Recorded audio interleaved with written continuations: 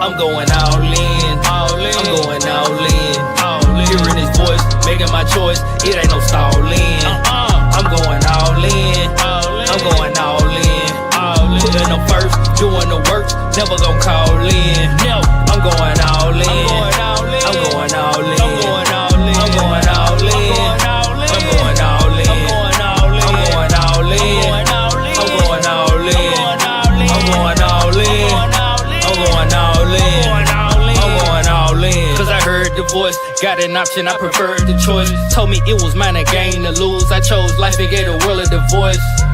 Now it's time to grow, his grace and mercy, what I'm rhyming for. Set to store up all my riches in heaven and made the promise that it's mine to flow. Ayy, got my heart in the sky, my eyes on the book and my head on the swivel. Ayy, I'm watching and praying and keep his commands, I'm scared to sizzle. Yeah, I'm giving him praise all of my days and all of my ways. And follow the perfect example, putting them first in a gamble. I'm seeking them early, chasing eternal Shabbat. Giving them all that I got, praying he writing my name, not making a block. Putting the work, serve him until I return to the dirt. Cry loud, spare not, and boldly proclaim the reign of heaven on earth. I'm keeping them first. I'm going all in, I'm going all in.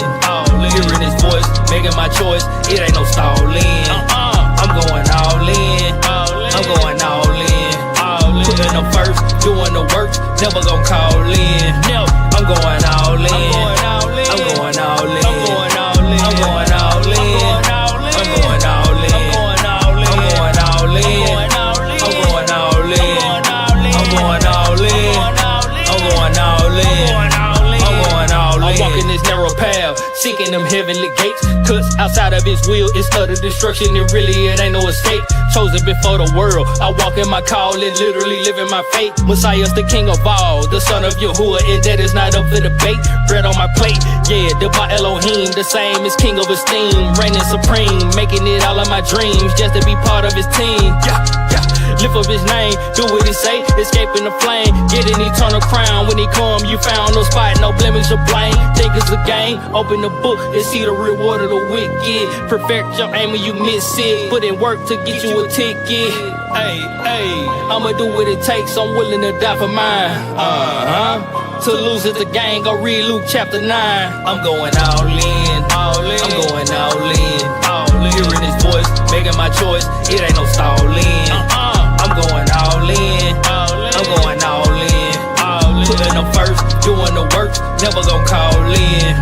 I'm going all in, I'm going all in. I'm going all in, I'm going all in. I'm going all in, I'm going all in. I'm going all in, I'm going all in. I'm going all in, I'm going all in. All praise, all honor, and all glory is due to the ineffable one, the creator and possessor of all things, the God of our ancient forefathers, the God of Abraham, Isaac, and Jacob, our King, soon to come to set the record straight for Israel, because of Israel, and even between Israel. To our brothers and sisters in the faith, as always, we salute you. Those that are 10 toes down in this scrap we find ourselves engaged in. We got to go all in to be all in, to get all that has been promised. Shabbat Shalom, family. It's your brother, humble servant, Terai Ebenezer Israel.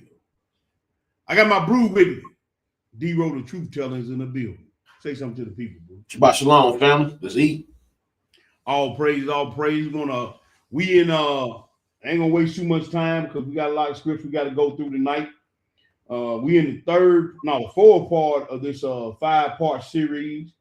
The title of tonight's lesson is Seducing and Manipulative Spirits, Part 3. Moral Seduction the gradual persuasion to compromise. So we've done physical seduction, we've done emotional seduction. Brew was down here for that part of the lesson. All praise to the Most High. Now we finna get into the moral seduction, because this one right here is the one that leads to the last part, which is spiritual seduction or spiritual fornication.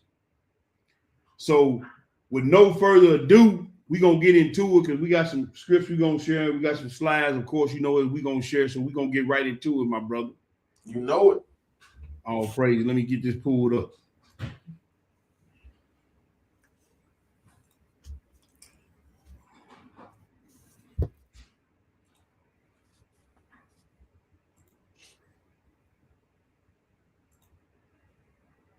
All right. I'm going to get this in the room. As soon as I see it, I'm going to. All right. Should be coming up. I'm looking on my other screen and then make sure we're good. Okay, we up.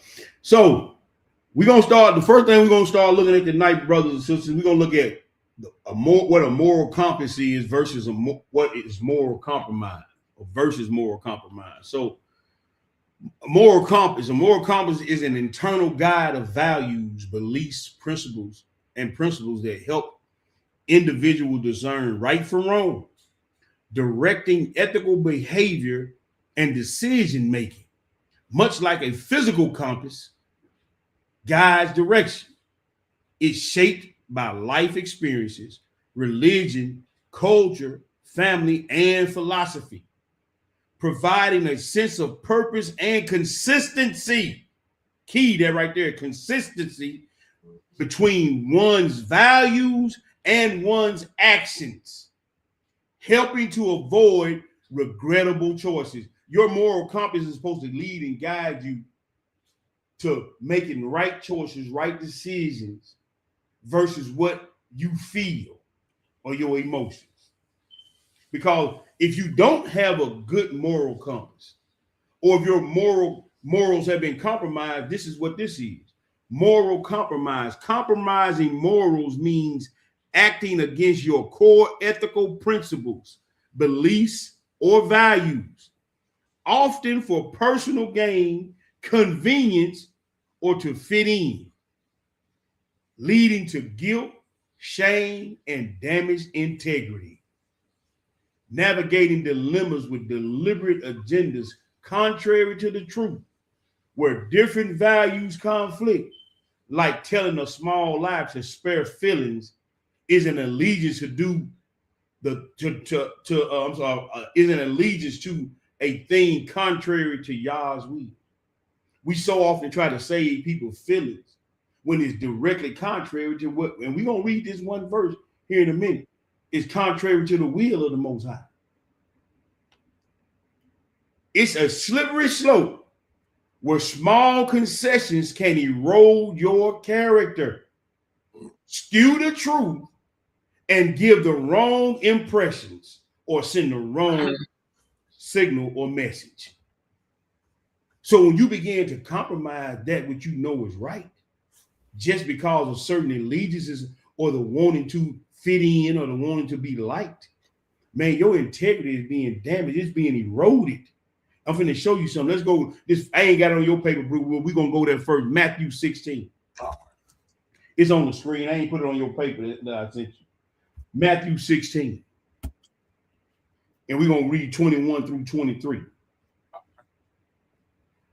Matthew 16, and we're gonna read 21 through 23. Because then you got to ask, what's guiding me in my decision making?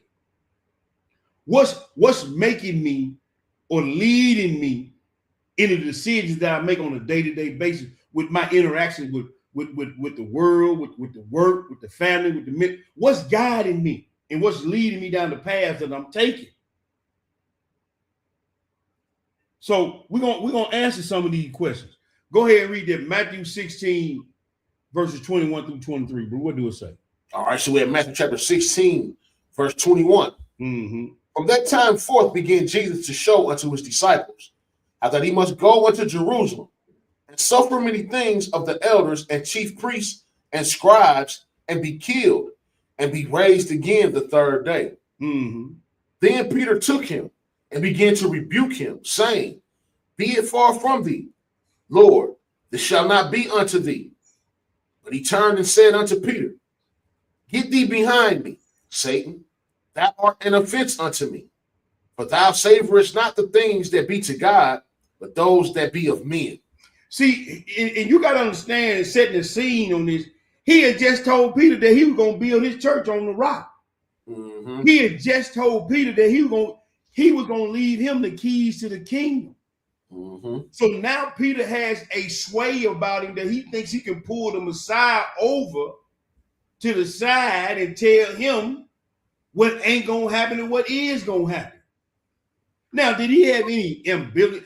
Was he being contrary in his thought or his thought process? No, it was the affinity or the thought of losing the Messiah that he said it. But even in our best intentions, if it's contrary to the will and the word of God, then it's wrong. I don't care what. The old saying say go what? The road to hell is paved with good intentions. Mm-hmm.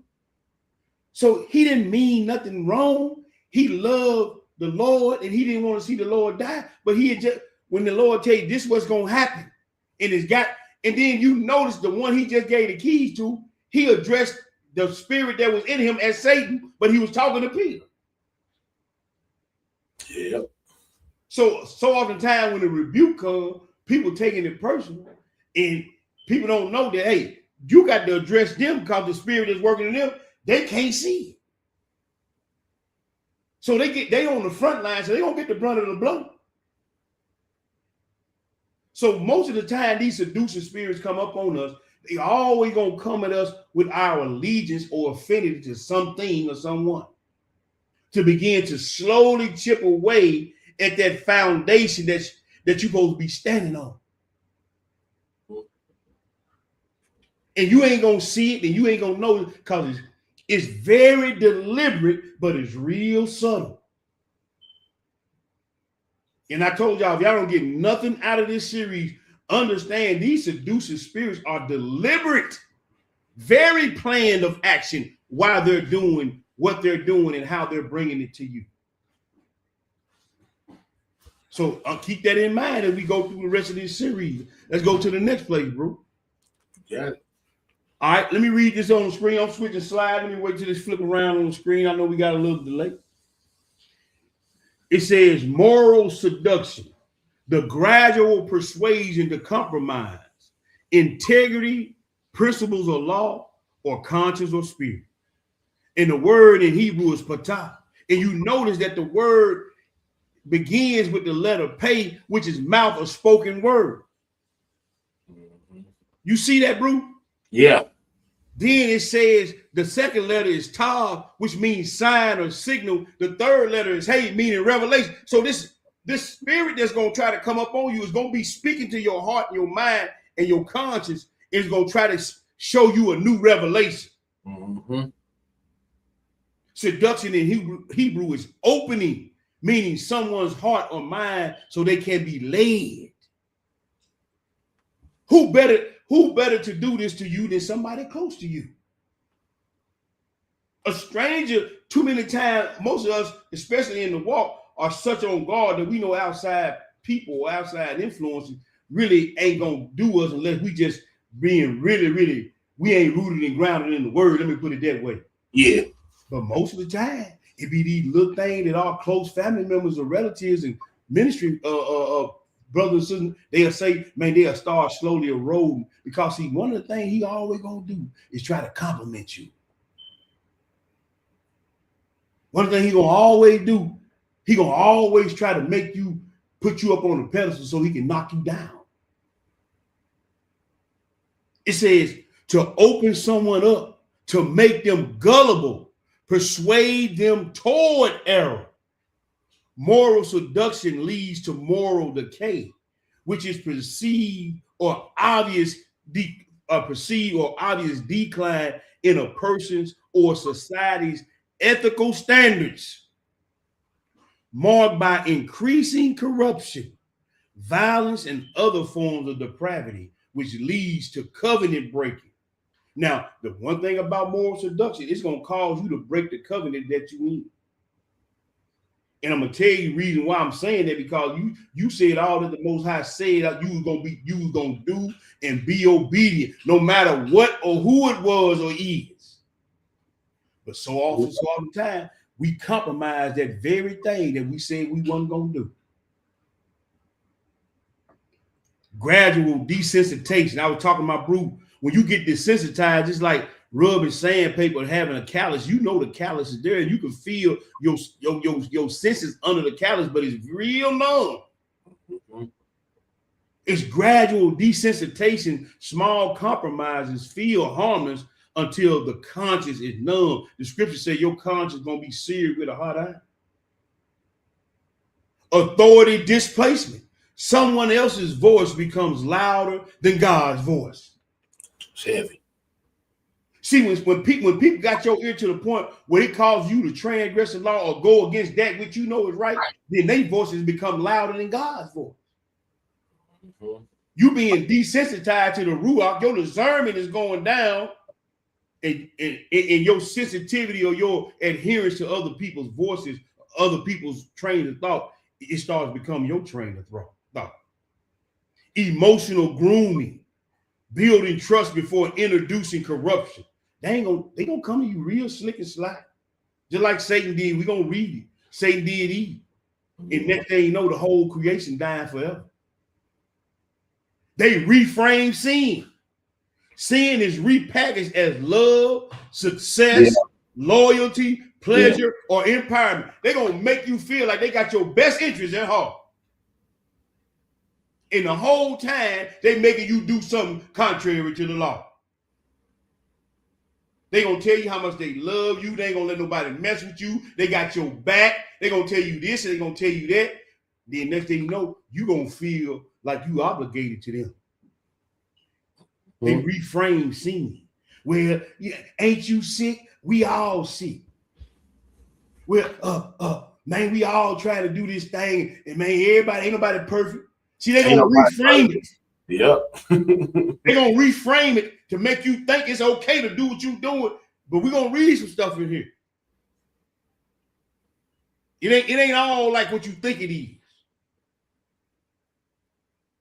Because you still breathing, you think you got away with something. Or you done reframe it in your mind like it's good. But we're gonna read some stuff in here. Identity shifting.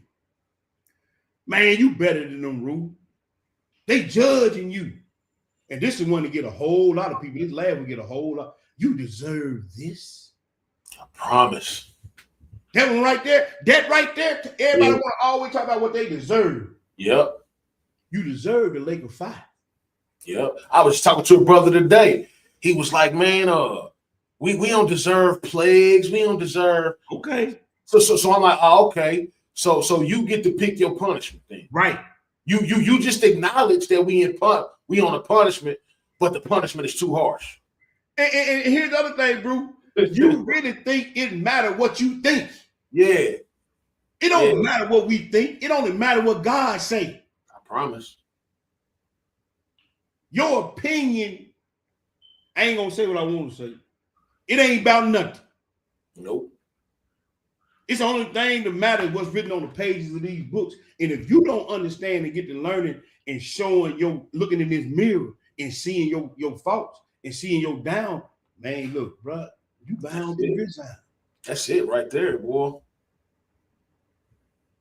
Everybody got an opinion. Everybody got something to say.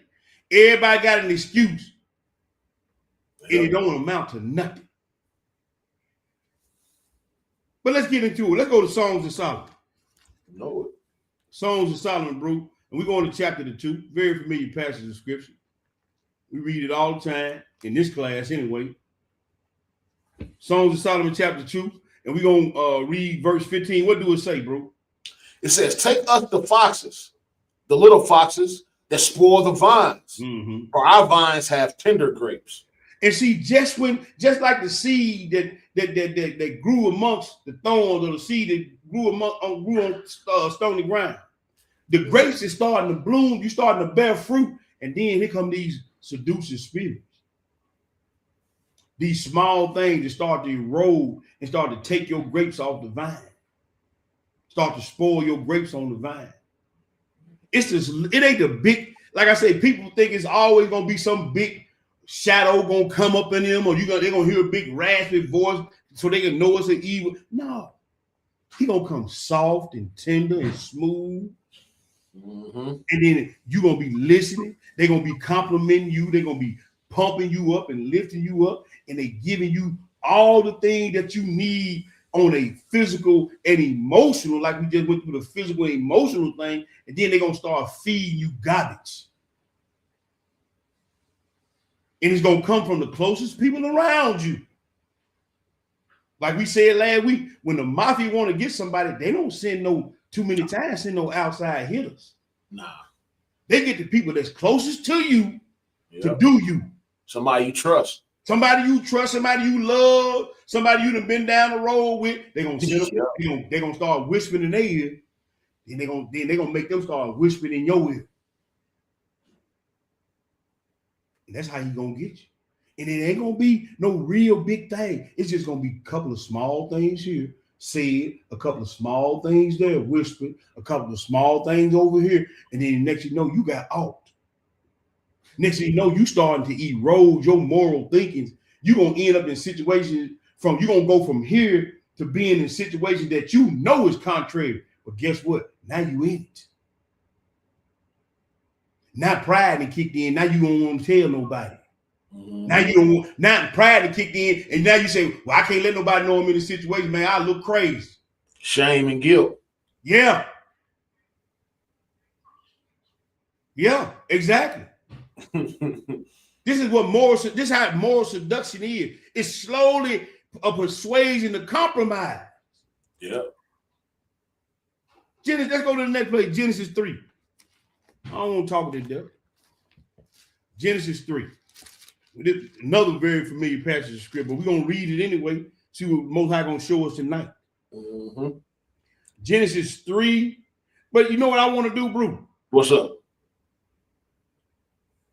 I want to start at the instead of starting at that 17. Yeah. If you would, my brother. Let me start at the 14. Okay. Go ahead and read. All right, so we have Genesis chapter 3, verse 14. And the Lord God said unto the serpent, because thou hast done this, thou art cursed above all cattle and above all beasts of the field. Upon thy belly shalt thou go, and dust shalt thou eat all the days of thy life. I will put enmity between thee and the woman, and between thy seed and her seed. It shall bruise thy head, and thou shalt bruise his heel. Continue to read. Unto the woman he said, I will greatly multiply thy sorrow and thy conception.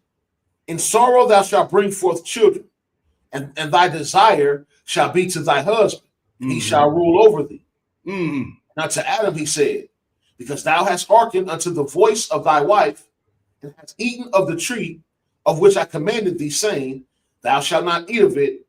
Cursed is the ground for thy sake. In sorrow shalt thou eat of it all the days of thy life. Thorns also and thistles shall it bring forth to thee, and thou shalt eat the herb of the field. And in the sweat of thy face shalt thou eat bread, till thou return unto the ground. For out of it wast thou taken, for dust thou art, and dust shalt thou return. So everybody here is getting a curse put upon them. And everybody here is in a tight-knit circle. You can't get no tighter than 3 beings on the earth. Yeah. it ain't nobody else here that's doing a whole lot of talking what I'm talking about. Eve was on one side of the garden, Adam was on another side of the garden. Satan saw his opportunity, he slid up on him. Right? Here come that seducing spirit. He tantalized her physically first by what she saw and by what she heard. Then he tantalized her emotionally by telling her that she was missing out on something. Then he started the moral corruption of seduction by telling her that you can be just like God. And now the curses are on the table. The whole pivot point to this whole equation was the one who did not have her spiritual discernment up. Because the affinity of the man causes him to give in to her. If you notice when y'all came in the garden, we all know the story. He asked the one in charge. The one in charge pointed to the woman, and the woman pointed to the serpent. But as the curses came down, he got the serpent, and in the middle again was the woman. Then he dealt with lastly he dealt with the one in charge. So that tells me that when somebody goes off the rails, they intentionally know they're going off the rails because the Ruach is going to tell them that they went off the rails, but they still yet going to try to blame it on somebody else. Yep. See, there's a pivot to every situation has a pivot point. Yep. There is a time when every situation, every distraction, every problem has a pivot point. And you have a choice to pivot in righteousness or in unrighteousness. And if you choose to pivot in unrighteousness, then get ready for you be in the middle of the pivot point for the punishment. Mm-hmm. Wow. See, it don't work no other way. The precedent was set right here. Yeah. There is no other way for it to work. So you could come up with and justify and clarify all the little stuff you want. All the little cliche sayings and nice sayings, and stuff to make you feel better about what you said or what you did or what you come up with all that. It don't matter. Once you pivot the wrong way, the precedent has been set. And it ain't gonna change for you, me, or nobody else. Let's go to the next play. Numbers 31.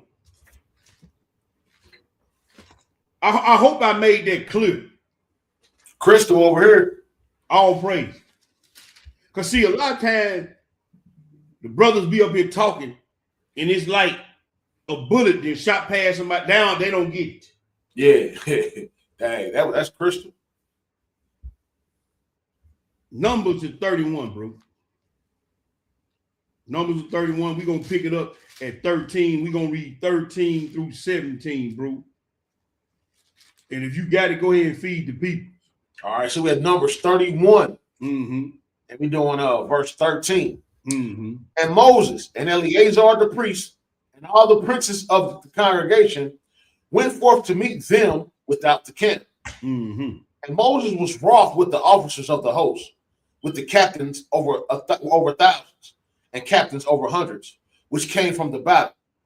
And Moses said unto them, have you saved all the women alive? Mm-hmm. Behold, these caused the children of Israel through the counsel of Balaam to commit trespass against the Lord in the matter of Peor. There was a plague among the congregation of the Lord. Now therefore, kill every male among the little ones, and kill every woman that hath known, kill every woman that hath known man by lying with him. But all the women children that have not known a man by lying with him, keep alive for yourselves. And do ye abide without the camp 7 days.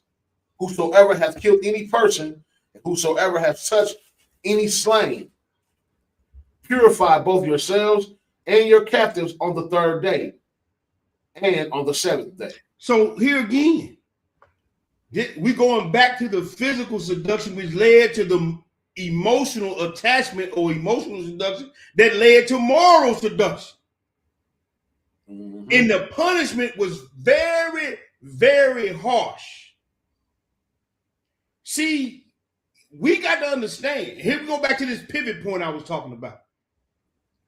You gonna mess around and get your kids killed. You gonna mess around as a leader and get your woman killed.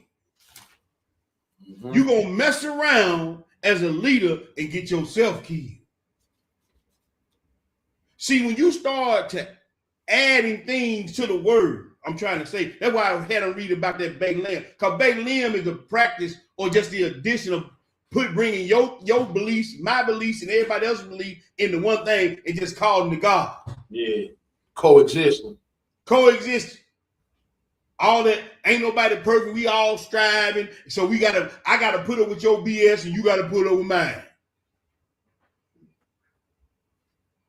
And you can't judge me because you just as sorry as I am, but we all gonna call and say we all Israelites. Yeah. You're gonna mess around and it's gonna be head chopping season. No, we can't do the corporal punishment no more. But he can show put some stuff on you now. He can show bring, and then see the scary part for me. The whooping come, okay, I know he's still with me. But the scary part for a lot of people, for me, is that he ain't whooping them no more. Yeah. That's the scary part. Y'all think y'all still good. That's the scary part. Because you go from space to repent, like I always say, to filling up your cup. Where this is, I can't tell you. I can only tell you after I start to see certain things. But from giving you space to repent, boom, to filling your cup up. That's scary to me. Mm-hmm. And even to the point where I'm putting my family in jeopardy by giving into these alliances and allegiances and affinities that we so often do. Because they started messing with these women, they started playing with their gods. And I don't care if you have a baby by a Moabite woman, a Gentile heathen woman, or a Hamite or Israelite. Most men still gonna have an affinity for them children. Pretty much. But the order was to kill them. How you think that went over with them brothers? The order was to kill the women too. How do you think that? Did you think that went over well with everybody in the camp? Did that stop it from happening though? So there was some more inner turmoil there. Yeah. But this moral seduction, this physical seduction, this emotional seduction is what got him here. There's a pivot point to everything you do, righteous and unrighteous. And you see what happened to the people. And Moses didn't care about folks having rocks in their jaw, wanting to fight, wanting to kill. He didn't care about none of that. He said, kill them. All the male children, y'all kill them. And all the women that had known the man, kill them too. This is the second time Moses gave order for a whole lot of people to be killed. This is one of the second time. Because Moses gave many orders to kill.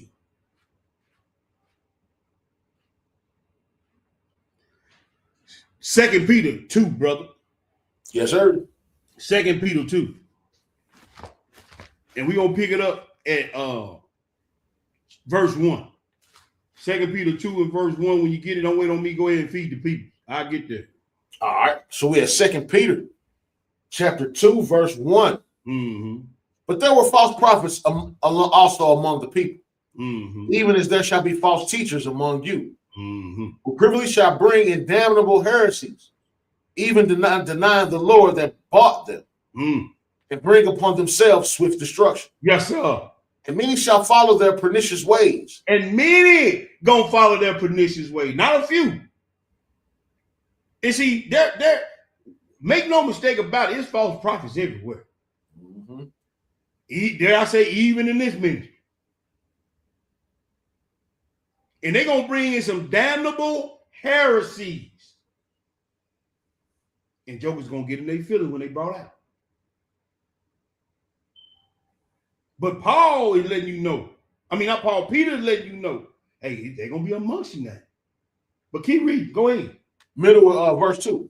Mm-hmm. By reason of whom the way of the truth shall be evilly spoken of. See, right there. The way of truth going to be evil spoken of. They ain't going to want to hear the truth. And whenever the truth is presented, I don't care if you present it nice or how they say abrasive, they still going to resist. Yeah. I don't care how you bring it to Israel. Israel, all the prophets railed on Israel. All the prophets killed in the name of the Most High against Israel. All the prophets cried day and night, was sitting be time. God gave them everything they wanted. Adam and Eve had everything they wanted, couldn't die, whatever they wanted, it instantaneously came to them. They lived forever. They talked to the animals. They saw the angels ascending and descending. They talked to God every day, and it still wasn't enough for them. Mm-hmm. What else do you want? It ain't gonna, I don't care how you give it to them, they ain't gonna accept it. So it don't matter. It don't matter. Go ahead, bro. We have verse 3. Mm-hmm. And through covetousness shall they with vain words make merchandise of you, whose judgment now of a long time lingereth not, and their damnation slumbereth not. So I tell people all the time, not only the thing that you say and the things that you do and the things that you think are written down, but the reason why you said, did, and thought what you did is written down. Yep. So you can fool some of these people some of the time, but you can't fool the Most High none of the time. And to those who walking in the spirit and got their spiritual eyes on and are being vigilant, even in the night watching, you can't fool them. Nope. Go ahead, bro. Verse 4. Mm-hmm. For if God spared not the angels that sinned, but cast them down to hell, and delivered them into chains of darkness, to be reserved unto judgment, and spared not the old world, but saved Noah, the 8th person, a preacher of righteousness, bringing in the flood upon the world of the ungodly, and turning the cities of Sodom and Gomorrah into ashes, condemned them with an overthrow, making them an ensample unto those that after should live ungodly, and delivered just Lot, vexed with filthy conversation of the wicked. For that righteous man dwelling among them, in seeing and hearing, vexed his righteous soul from day to day with their unlawful deeds. The Lord knoweth how to deliver the Lord knoweth how to deliver the godly out of temptations, and to reserve the unjust until the day of judgment to be punished.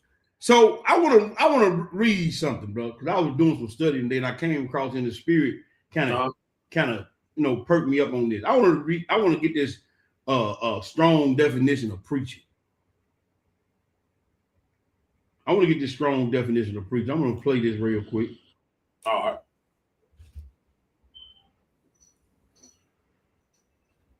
Okay. And it said a herald or messenger vested with public authority who conveyed the official message of kings, magistrates, princes, military commanders, who gave a public summons or demand and performed various duties. In the New Testament, God's ambassadors and herald proclaimers of the divine word, i.e. herald, i.e. divine truth, especially of the gospel. That is the definition of a preacher. It ain't no joker coming to you telling you everything gonna be all right and I'm sick and you sick and we all this that. No, that's not what that means. It ain't pulling you off to the side and telling you this, that, and the third and whispering in your ear. That ain't what that means. That is not the definition of it. A herald of divine truth, And then it's a public announcement. Who gave public summons? They didn't have no microphones back then. Them dudes was hollering. Yeah. And they performed various other duties. So I wanted to add that in there, Brute, because there's a misconception out there about when you see moral seduction, physical seduction, emotional seduction, how it's supposed to be handled. And a lot of times it comes from these very ones who say they preachers. Exactly. Exactly. And that's a problem when we don't know what our job title entails. Mm-hmm. That's how seduction creeps in. Because we calling ourselves something, but ain't walking in that which we call ourselves. That's why I tell people out there, I know, and let me say, I'm gonna say this as humbly as I'm saying this as humbly as I know. That's the reason why I know a lot of people don't even know the definition of words they use. Nope. I know it because I see how you act and react, move, and what you say. Then you use word. Then you like that ain't what that means. So once again, he said, "Hey man, they're gonna come to you with unfeigned words. With feigned words, I mean." Let's go look at another example. Let's go to 2 Chronicles. 2 Chronicles, and we're going to chapter 25, bro. Yes, sir. And we're going to read 1 through 16. Watch this. If you got it, go ahead and feed the people. All right, so we're at 2 Chronicles chapter 25, verse 1. Amaziah was 20 and 5 years old when he began to reign. Mm-hmm. He reigned 20 and 9 years in Jerusalem. Mm-hmm. And his mother's name was Jehoadan of Jerusalem. And he did that which was right in the sight of the Lord, but not with a perfect heart. See right there. Now this dude's on the, see that's why I tell people, man, I don't want to hear about how long you've been in the truth. This man was on the throne for a minute, almost 30 years. Did we just not read it? Yes, we did. But he said his heart wasn't perfect. You got jokers, I've been in the truth 40 years. I've been doing this many years. Well, Saul was on the throne for 42 years. God left him after the second year of his reign. Here we read another king, almost 30 years on the throne, but he didn't have no perfect heart toward God. Let's go look at the seduction to own and though. Let's go ahead and read, bro. All right, so we're at verse 3. Mm-hmm. Now it came to pass, when the kingdom was established to him, that he slew his servants that had killed the king, his father. But he slew not their children. He did what? But he slew not their children. You are told to eradicate all offenses to the throne. As a man or woman of Hamashiach, Israelite, you are called to eradicate, confront, and put down all offenses to the throne. But because of his affinity, I don't kill no kids. Look what happened. Go ahead, bro. But did as it is written in the law, in the book of Moses, where the Lord commanded, saying, the fathers shall not die for the children, neither shall the children die for the fathers. But every man shall die for his own sin. Go ahead. Moreover, Amaziah gathered Judah together and made them captains over thousands and captains over hundreds, according to the house of their fathers, throughout all Judah and Benjamin. And he numbered them from 20 years old and above, and found them 300,000 choice men, able to go forth to war, that could handle spear and shield. He hired also 100,000 mighty men of valor out of Israel for 100 talents of silver. But there came a man of God to him, saying, O king, let not the army of Israel go with thee, for the Lord is not with Israel, to wit with all the children of Ephraim. You see that? Go ahead, bro. Verse 8. But if thou wilt go, do it. Be strong for the battle. God shall make thee fall before the enemy. For God hath power to help, and to cast down. See, you made an affinity with these people called the Israelites. But he said, man, you don't need them to go over with you. But you done made these folks head of something, head of this, head of that. Bro, no. Go ahead, bro. And Amaziah said to the man of God, but what shall we do for the 100 talents which I have given to the army of Israel? And the man of God answered, the Lord is able to give thee much more than this. Then Amaziah separated them, to wit the army that was come to him out of Ephraim, to go home again. Wherefore their anger was greatly kindled against Judah, and they returned home in great anger. And Amaziah strengthened himself, and led forth his people, and went to the valley of Salt, and smote of the children of Seir 10,000. See, that once again, that was a pivot point. Either you're going to do what the Most High tell you to do, or you're not. Now, let's keep reading, because we're going to find out something. Verse 12. And other 10,000 left alive did the children of Judah carry away captive, and brought them unto the top of the rock, and cast them down from the top of the rock, and they were all broken in pieces. Yes, sir. But the soldiers of the army which Amaziah sent back, that they should not go with him to battle, fell upon the cities of Judah from Samaria even to Beth Horon, and smote 3,000 of them, and took much spoil. See, well, go ahead. Where you at, bro? 14. Go ahead. Now it came to pass, after that Amaziah was come from the slaughter of the Edomites, that he brought the gods of the children of Seir, and set them up to be his gods, and bowed down himself before them, and burned incense unto them. See, now you kill the people. You got two things going on here. You got the Ephraimites going against their own people because they mad, they in their feelings.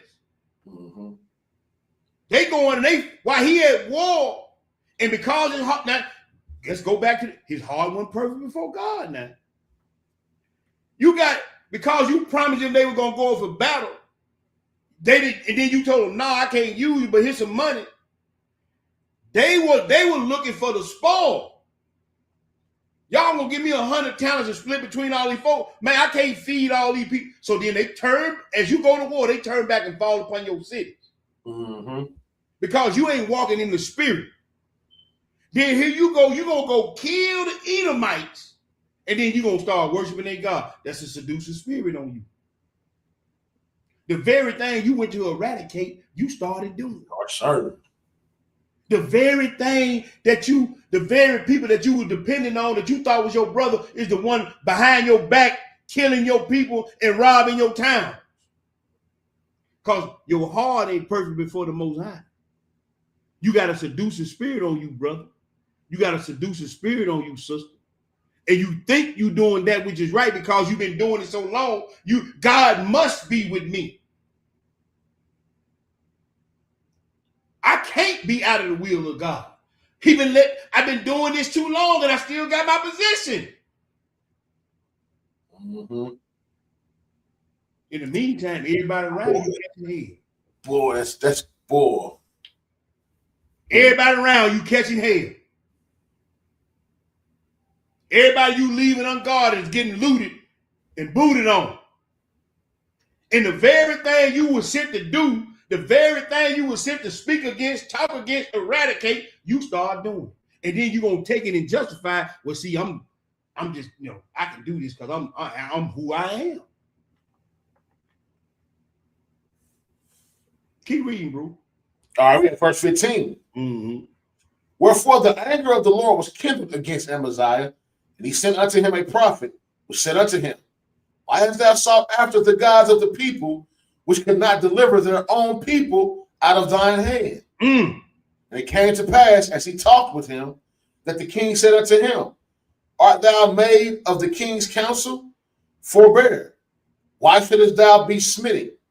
Then the prophet forbore and said, I know that God hath determined to destroy thee. Thou hast done this, and hast not hearkened unto my counsel. And see, when the man of God or God sends somebody to say something to you, now you're getting your feelings. Yep. Don't you know that's still a seducing spirit? And you, man, I'm the king. And who you talking to? See, this right here. Morals, when you know it's wrong, and you know it's God that sent somebody to you, and yet you still do what you know is contrary to the word of the Most High. It kind of remind me of the Pharisees, bro. That's what I'm saying. We're gonna be talking about the Pharisees tomorrow. Yeah. Because the temple was still there, because the sacrifices were still going on, the veil was still there. They felt they were still good. They thought they were still good, bro. Even when the Messiah was told them, "Hey, man, this is gonna be desolate."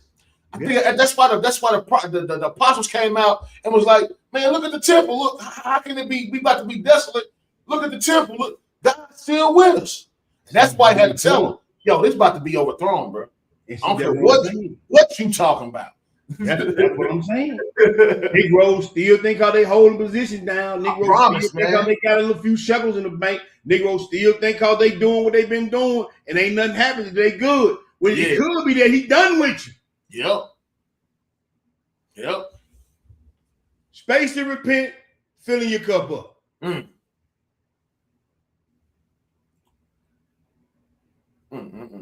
Moral seduction. Today, by the days there, it's called being fluid. Being fluid. People, man, you got to be fluid in your train of thought, brother. You can't be just stuck at pigeonhole in this and pigeonhole that. You got to be fluid. You got to be open-minded.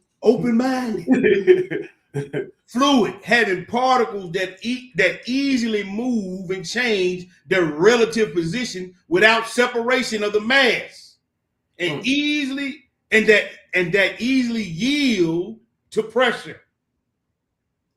You look like who you supposed to be. People see you, but you easily move by pressure. A little pressure here, a little pressure there.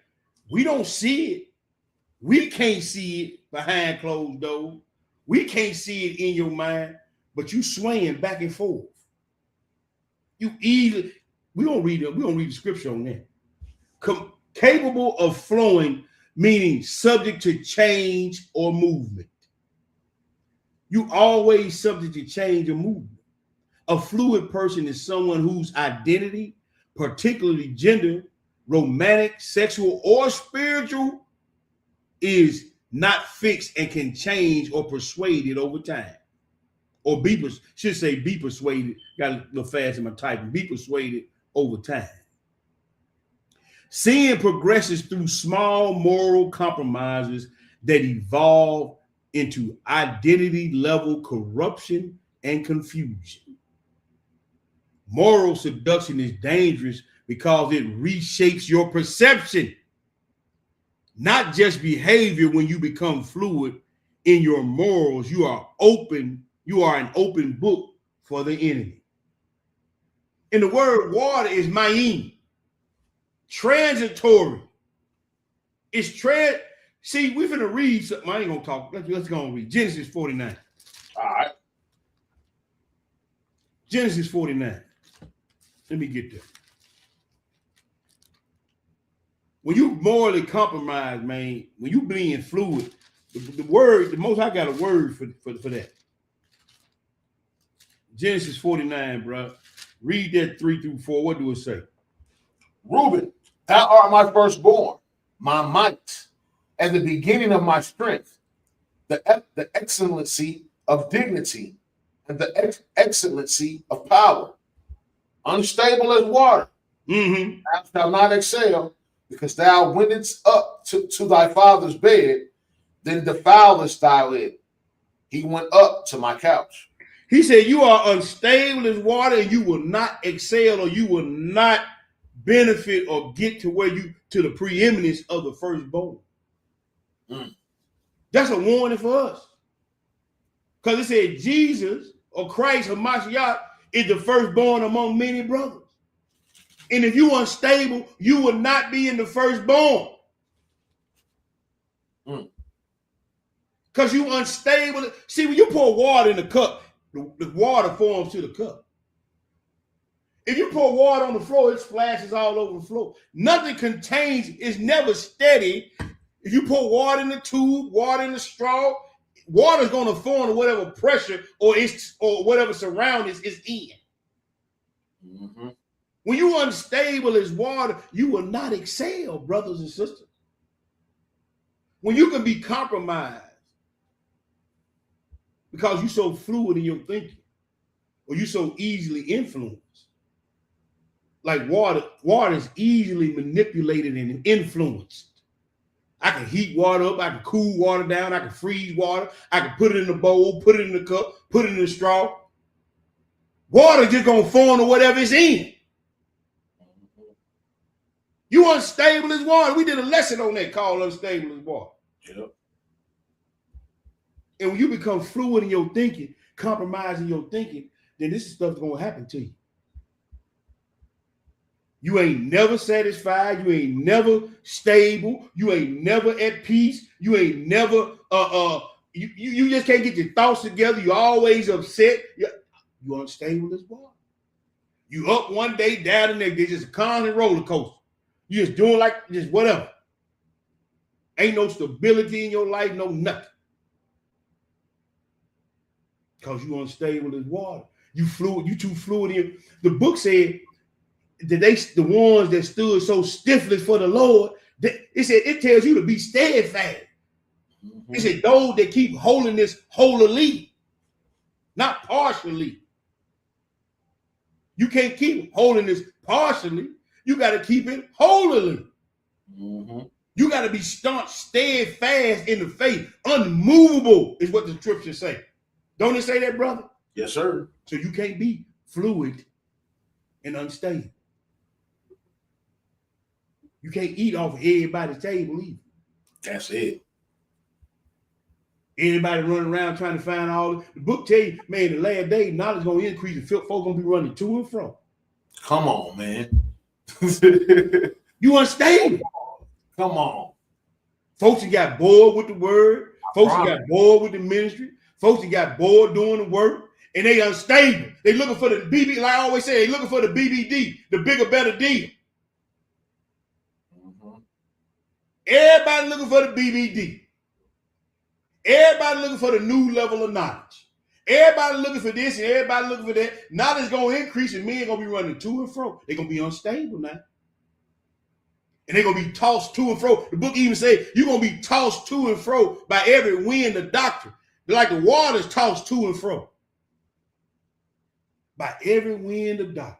The new thing blowing through, you latch on to. There's all this stuff in the script. Mm-hmm. You finished that, didn't we, bro? Yes, sir. Yeah, we finished that. Yeah, let's go to Matthew 13. Matthew the 13. These seducing spirits, they looking for a weak spot, a chink in the armor. Mm-hmm. And the chink in the armor are the people closest to you.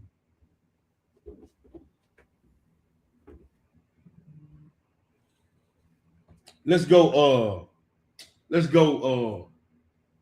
Matthew 13, Hebrew, and we're gonna pick it up and we're gonna read that 5 and then see what do it say, bro. Matthew 13, verse 5. Mm-hmm. Some fell upon stony places where they had not much earth, forthwith they sprung up, because they had no deepness of earth. Mm-hmm. And when the sun was up, they were scorched, and because they had no root, they withered away. You see that? See, you got the one. See, when it get hot. Mm-hmm. See, when the block get hot, as we say out there in the street, when the block is hot, but it's just like right now in Memphis, the block hot.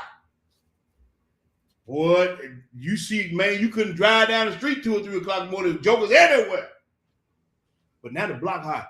You can drive down the streets in Memphis 2 or 3 in the morning. Ain't got to worry about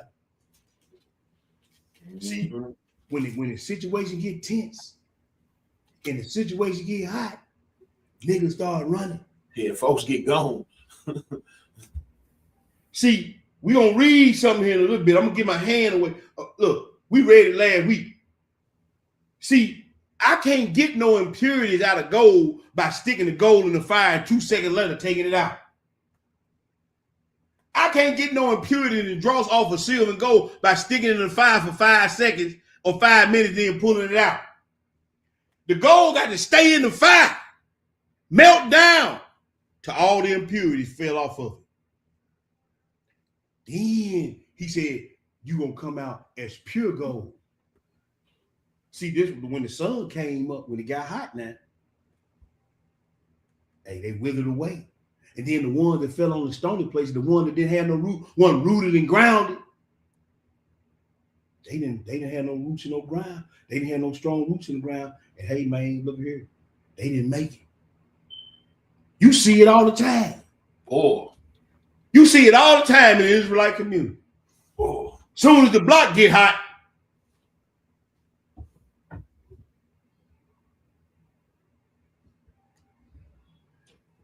Psalm 1, bro. Psalm 1. Watch this right here. Psalm 1, read that 1 and 2. All right, so it's Psalms 1. Mm-hmm. Blessed is the man that walketh not in the counsel of the ungodly, Mm-hmm. nor standeth in the way of sinners, Mm-hmm. nor sitteth in the seat of the scornful. See right there. Who you hanging around? And see, I know some of these people that y'all love, and they y'all love them. Y'all grew up, y'all cousins, y'all been tight, y'all did dirt together, y'all did good together, y'all played together, y'all done drank out the same whiskey bottle, y'all done smoked off the same left-hander, y'all done did this, y'all done came in the truth together, y'all out there on the street corner together. But man, some of these jokers, he said, blessed is the man that walking not in the counsel of the ungodly, nor standeth in the way of sinners, nor sitteth in the seat of the scornful. Man, y'all hanging around some of the wrong people, bro. And just because they got Israelite on their name, y'all think it's all good. Why is he writing about these type of people in the Bible when Israel was a whole nation? Israel was a whole nation when it was written, just in case y'all don't know that. When pen was the paper, Israel was all 12 tribes were together when it was pen to paper. Feast days together, new moons together, staying side by side, door to door, you understand? Civil days together, all that. Going to church, the synagogues was in every city. The priest was in every city. The law was being taught in every city of the nation. Man, they were bartering and selling and living right next door. I was giving my daughter, he was giving his son. All that was going on. Well, he had David put pen to paper. And yet we still sitting over here in these United States of America and scattered to the four winds. If all that was going on, shouldn't we still be together? If all that fellowshipping was going on? I wonder why we sitting over here now. Had our own temple, our own laws, our own army. Wasn't nobody bothering us. Anybody that did bother, God put them down. We partied like nobody else partied. We had all the feast days, all 14 or 16 of them. We had all 12 new moons. And we had all the feast. We had the civil days, man. Boy, you couldn't get no closer than we was. But he said there's a bunch of scorners and sinners that sat among us. And they seduced us. But read that verse 2. But his delight is in the law of the Lord. Mm-hmm. And his law doeth he meditate day and night. And see, if your delight is in the law of the Lord, I don't care who come to you with some fugazi mess or some folly. You finna check it. It don't matter who it is. What relationship you got with them. What time of the day or time of the night is. You supposed to go hard in the paint. Because my delight is in the law of the Most High. And in his law, you're supposed to meditate day and night, even in the night watches. Even when you sleep and the devil come to you in your sleep, you're supposed to be meditating on the word. You ain't supposed to be unstable. You ain't supposed to be sometimey. You supposed to be consistent and persistent. 1 Corinthians 15. 1 Corinthians 15, bro. All right. And read that 33.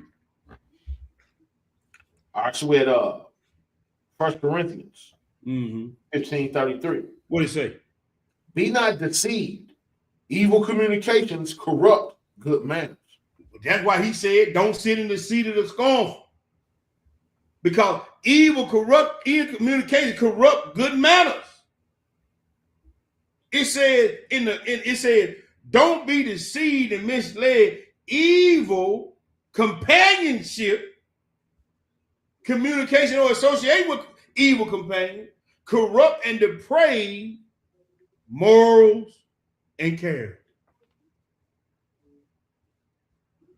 So when you hanging around these folks, then you start to become fluid in your mind, fluid in your thinking, compromising how you move. Because you starting to be corrupted. You starting to decay and deteriorate and erode because you're compromising that which you know to be the word of the Most High. Because you don't want to hurt nobody's feelings, you let stuff slide. Isaiah 5.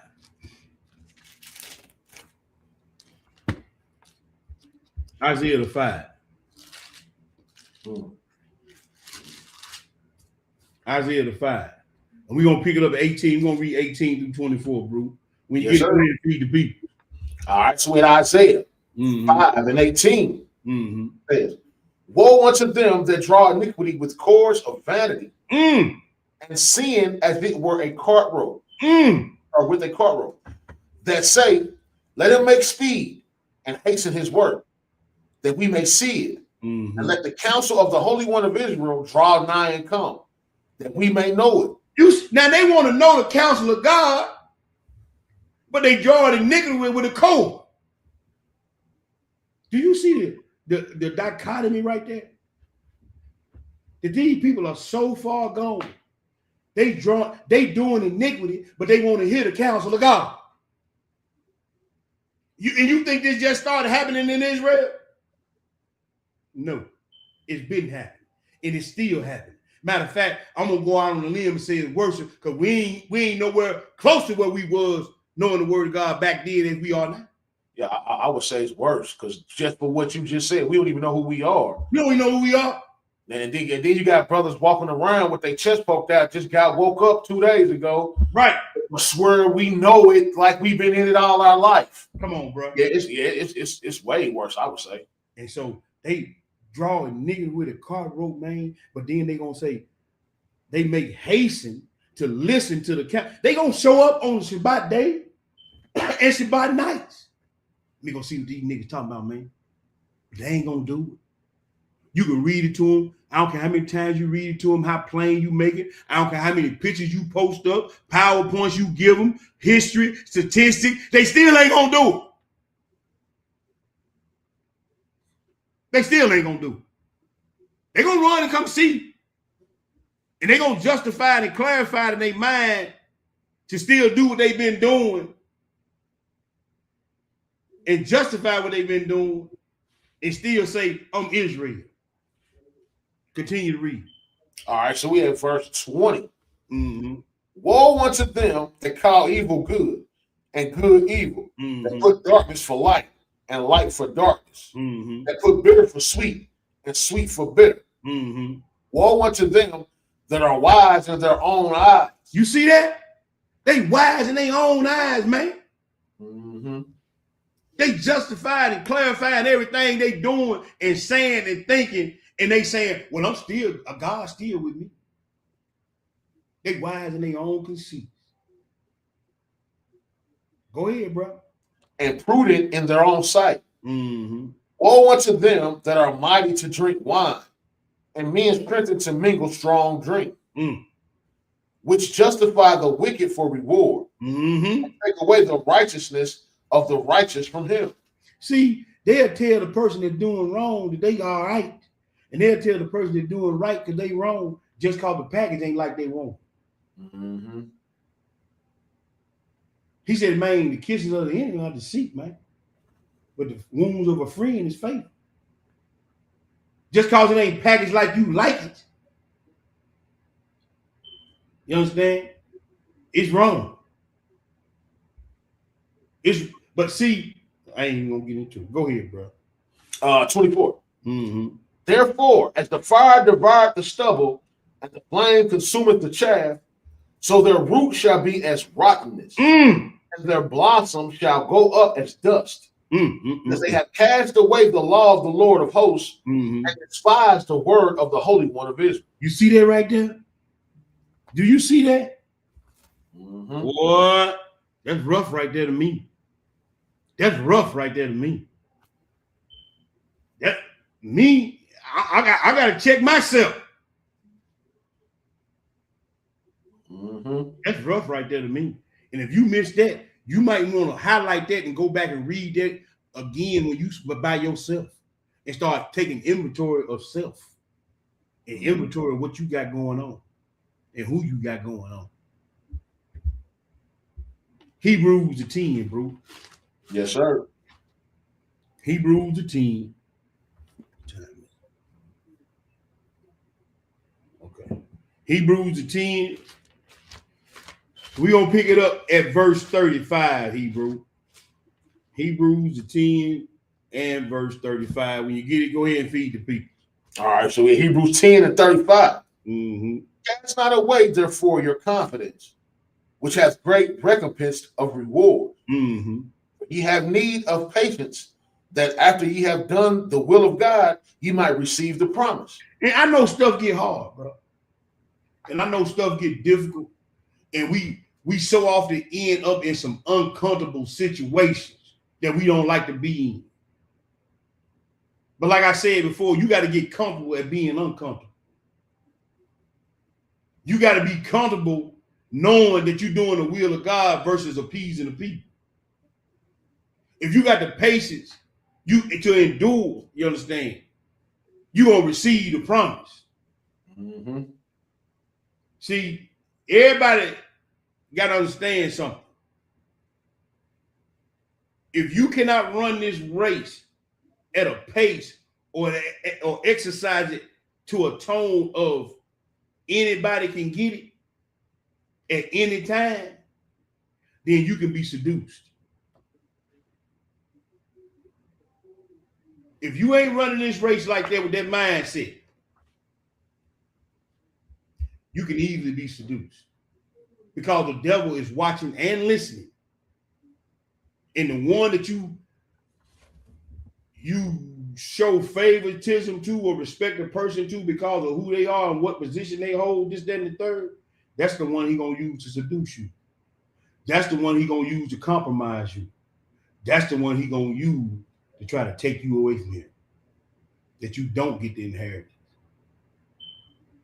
When you start to become fluid in your thinking and compromising in your thinking, when you become unstable as water, you good game. You good game. The hunt is on, and you the prey. It's game on that. You think that you don't? Do you think that he don't like a challenge? If that's the case, he never would have challenged Job. He sure would have challenged Yeshua. Yeah. You don't think he want a challenge?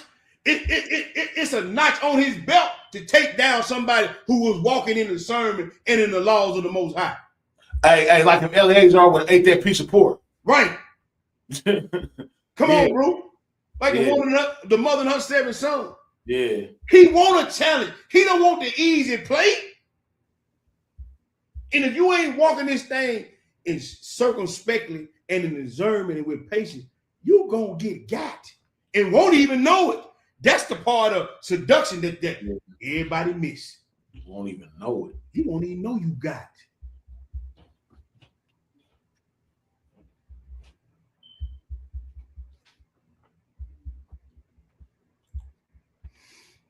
We at 37. What'd you say, bro? Verse 37. Go ahead and read. For yet a little while, and he that shall come will come and will not tarry. Now just shall live. I'm sorry. Now the just shall live by faith. If any man draw back, my soul shall have no pleasure in him. No pleasure in him. But we are not of them who draw back unto perdition, but of them that believe to the saving of the soul. See, you got to be one that don't draw back. You got to be one that don't take your hand off the plow. You got to be one that don't matter who it is can get this business. Anytime, day or night. You can't get tired. You can't have respect to persons. You can't feel sorry for them. Feeling sorry for them is giving them the law so they can straighten up. Because the book says in Leviticus 19, you should not hate your brother in your heart. You should in any wise rebuke him. That you should not let sin rest upon him. Huh? So when they come to me, hey, and I'm hoping, and I told my brother, man, you see me, get me. Dude. When you see me, get me. I didn't ask his brother for counsel here just last week. Did I not, bro? Yeah. When you see me, get me. But now, come with the scriptures now. Yeah, for sure. Don't come with no feelings. Yeah, nah. Don't come with emotions and respect. I need script.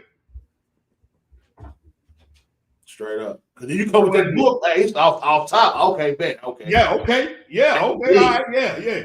Don't come with that flim flam, because I ain't going for the fugazi now. I just ain't going for it. Let's go to the next place, bro. Yes, sir. Moral seduction, the transition.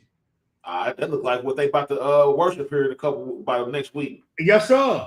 The this called the transition. Looking the part, but bearing no fruit. You look the part, but you ain't bearing no fruit. Hey, man, that's the Pharisees, man. I'm telling you, man. Come on now. The spirit working, bro. Come on, man. All praise. Spirit working, man. All praise. I'm telling you that's what when I'm coming to see, man, all them parables, like I was telling you last week, yeah, they was for us. Right. You know, but they was directed at the Pharisees telling us not to be like them Pharisees. Come on. Because the Pharisees was looking the part, dressed the part, say they believe, but wasn't no fruits. Man, with no fruit. With no fruit. Man, the book called that two-faced or double dealing. You false. You double-minded. You talking out of both sides of your mouth. Means saying or doing contradictory things to different people or in different situations. You say you about it, but then a certain person come along, you bow and cower down. Usually to be deceptive or to please everyone. Or hide your true thoughts or feelings, making it you hypocritical or two-faced. It's like giving one opinion to a boss and the opposite opinion to your friend. Come on. Beginning to like someone just to fit in. I hate people like that, bro. Hey, bro, the most high hate them. I hate people like that. The most high hate people like that. The most high hate them. We gonna read it. Revelation 1. Revelation 1. That's where you want to go now? No, Proverbs. I'm saying Proverbs 1, right? I'm looking at Revelation and hollering about Proverbs. Proverbs 1. I'm sorry, boo. Thank you for that. You good? You good? Yeah. Proverbs 1. The most high hate him. He even tell you in the Psalm, do I not hate them that hate thee? I hate them with a perfect hatred. I count them my enemy. Those are strong words right there. Yeah, it is. A perfect hatred? Do I not hate those that hate thee? That's that Psalm 69. Anybody want to go read it? I think that's what it is. Proverbs 1. Read that verse 10, then skip down. What do it say? My son, if sinners entice thee, consent thou not. Verse 15. My son, walk thou in the way with them, refrain thy foot. I'm sorry, my son, walk not thou in the way with them, refrain thy foot from their path. Yes, sir. With their feet run to evil and make haste to shed blood. So he telling you again, man, stay away from these people. You cannot eat from the table of the Lord and the table of devils. Because sooner or later, you're going to start acting, talking, and thinking like them.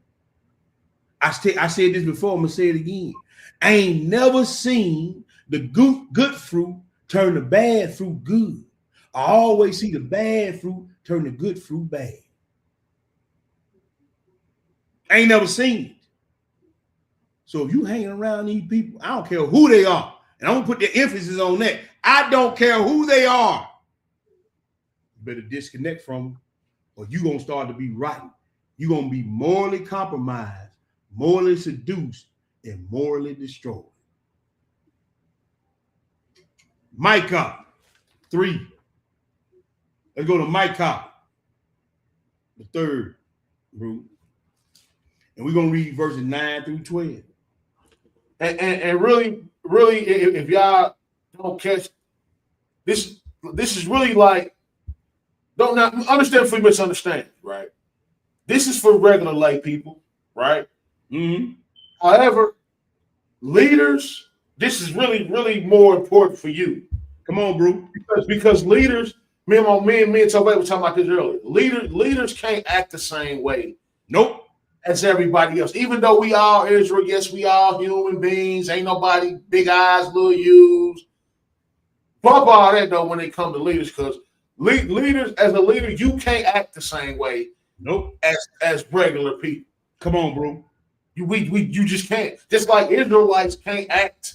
They supposed to act like the rest of the world, right? So if you are a head, of a household or congregation, you should probably really be paying close attention to this and make sure you're not being morally seduced. Because you got a whole demonstration, at your hands that you got responsibility over. Yep. So if you going off, if you being morally seduced, what you think your congregation? See, that's what happened with us. The priests and the leaders was being morally seduced. Yep. That's why we over here right now today. That's it. Bottom line. Point blank period. If you allow yourself to be physically, emotionally, morally, and spiritually seduced, bro, you don't have. We say it all. You don't have the leeway everybody else got. Nope, not leaders. You don't, man. You ain't gonna be able to get away with what they get away with. Think about it. Christ couldn't go off and then be like, "Oh, let me repent." No. You see what I'm saying?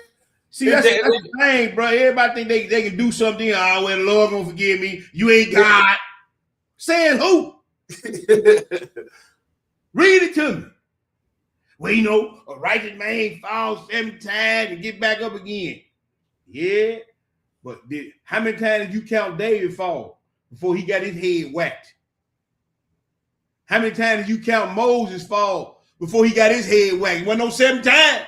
Come on now. And if you thinking like that going into the sin, you hit already. You already compromised. Yeah, you hit already. You already compromised.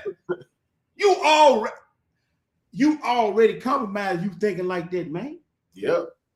We just got through reading by Amaziah. How many times did he fall off? Hey, man. See? Jehu did everything God told him to do. Then he turned around, started worshiping idols. That's the only thing recorded on him. It don't take but one time.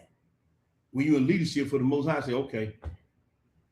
Elijah didn't do no whole bunch of wrong, did he, bro? Only thing Elijah did was get scared. And got smooth replaced. Got retired.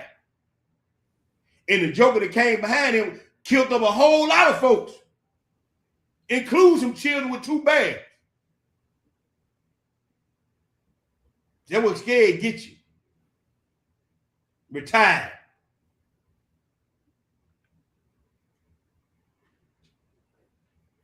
Micah chapter 3, verse 9, 9 through 12, bro. Go ahead and read. Hear this, I pray you, ye heads of the house of Jacob, and princes of the house of Israel, that abhor judgment and pervert all equity. Woo-wee. They build up Zion with blood and Jerusalem with iniquity. The heads therefore judge for reward, and the priests thereof teach for hire, and the prophets thereof divide for money. Yet will they lean upon the Lord and say, is not the Lord among us? Yeah. None evil can come upon us. Okay. Therefore shall Zion, for your sake, be plowed as the field. Yeah. And Jerusalem shall become heaps, and the mountain of the house as the high places of the forest. You see that right there? It's over. Man, he see everything y'all doing as leaders. He see everything y'all thinking as leaders. He see everything y'all giving into or giving over to as leaders. He see it. And when he know you've been seduced, whether it be for money, love, affection, affinity, allegiance, or alliance, relationship, whatever, he gonna deal with you accordingly. He gonna deal with you accordingly. When you claim to be a Hebrew Israelite and you giving in to vile affections, doing and saying things you know you ain't got no business, he gonna deal with you accordingly. Whatever the case may be. Jeremiah 9, one verse. Jeremiah 9, one verse. We're gonna read verse 8. Jeremiah 9, verse 8. Their tongue is an arrow shot out. It speaketh deceit. One speaketh peaceably to his neighbor with his mouth, and in heart he layeth his weight. Can I read that 9 though real quick? Hey, read it, bro. Because you don't think this ain't gonna go unpunished. Come on, bro. Shall I not visit them for these things? Yes, sir. Saith the Lord. Shall not my soul be avenged on such a nation as this? See? You see that? You see that? Their tongue is an arrow shot out. They speak in deceit. One speaking peaceably to his neighbor with his mouth, but in his heart he laid for blood. Hey, man, he see y'all. Yeah. He see y'all, man. He see y'all. And you don't know that that's a seducing spirit on you? You don't realize that. And then he said, hey, man, shall they go unpunished? Shall I not visit them for these things, said the Most High? Shall not my soul be avenged on such a nation as this? He coming. The recompense gonna come. 2 Peter, bro. Thank you for that, bro. Nah, no problem. 2 Peter. Let's go read that 12 through 8. 12 through 19. Then we're gonna skip back up and read that 3. All right. So we have 2 Peter chapter 2, verse 12. What did he say? But these, as natural brute beasts, made to be taken and destroyed, speak evil on the things that they understand not, and shall utterly perish in their own corruption. See, that's why me and this brother were talking about being ignorant and being, I ain't gonna use, and brain that not functioning properly. I'm gonna say it that way. You don't want to say the R word. Yeah. I say it, but I ain't gonna say it tonight. Your brain ain't functioning properly. And even with your brain not functioning properly, the Most High still say he got something for you. Because something will happen along the way to make you, get you over to this reprobate mind. You see what I'm saying, bro? You done heard the truth so much and you done denied the truth so much that he done gave you over to a reprobate mind. Go read that Zephaniah, the 1. He tell you the 3 types of reprobate. Because everybody think it's just one type of reprobate, Hebrew. But it's 3 types of reprobate. It's 3 types of reprobate. And he tell you all 3 of them. Everybody think a reprobate mind, somebody who knew the Lord and turned away from. No. It's 3 of them. Go read about it. Keep reading. 13. And shall receive the reward of unrighteousness, as they that counted pleasure to riot in the daytime. You see that? Go ahead. Spots they are and blemishes, sporting themselves with their own deceivings, while they feast with you. You see that these folks at the feet, but they jacked up. Why? And they talking cash money stuff up in there. They blending in, they look like, they sound like, they partaking, and they spots and blemishes in the feast, man. Two-faced. Been morally seduced to think they all right. Because their mind been turned around. They been fed a bunch of lies, and they done ate on them and ate on them and ate on them. See, when you consume toxic food, what does it do to your body? Well, I done had food poisoning before. It ain't good. When you consume toxic things, what do you think it's doing to your mind and your spirit? Boy. That's why you say you can't eat off every table, because toxicity.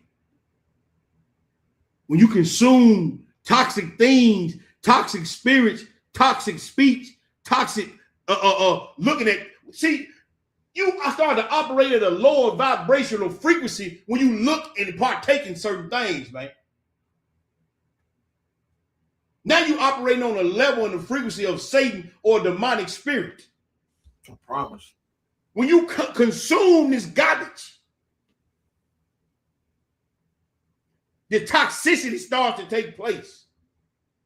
And until you do a cleanse, dare I say a parasitic cleanse, that toxicity is building up. And it's going to overtake you one day. Continue to read, bro. Verse 14. Mm-hmm. Having eyes full of the adultery, and they cannot cease from sin. Mm-hmm. Beguiled and unstable souls, and heart that have exercised which covetous practices. Mm-hmm. Cursed children, which have forsaken the right way and are gone astray, following the way of Balaam, the son of Bozar, who loved the wages of unrighteousness. Love the wages of unrighteousness. But was rebuked for his iniquity. And the dumb ass speaking with man's voice forbade the madness of the prophet. And I say, not only talking about the donkey, but his dumb ass. Yeah. For not listening. See, when rebuke comes, and you don't like who it's coming from, so you didn't like it coming from the prophet, so then the Lord said, well, I'm gonna let a donkey talk to you. Maybe you'll receive it then.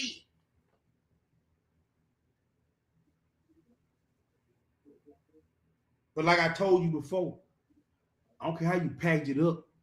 I don't care who it coming from. If they don't like it or they don't like you, they ain't gonna receive it. Because their mind been seduced. They can't tell me nothing. This is what y'all see this right here?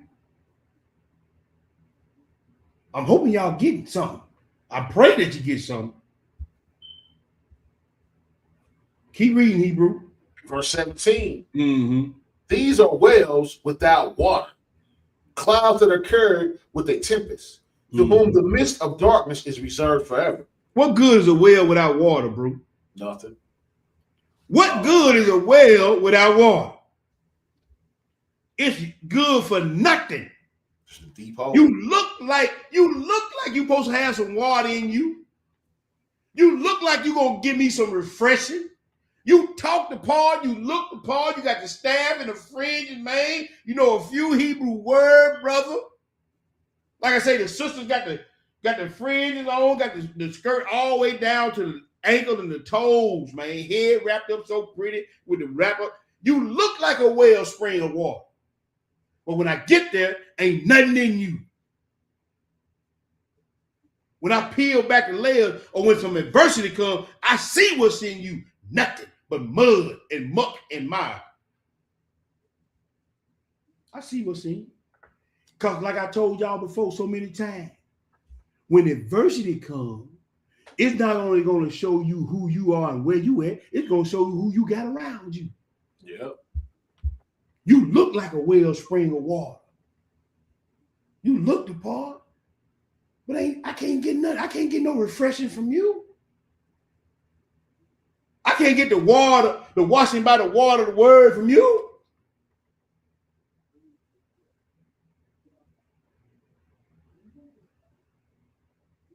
Finish it out, bro.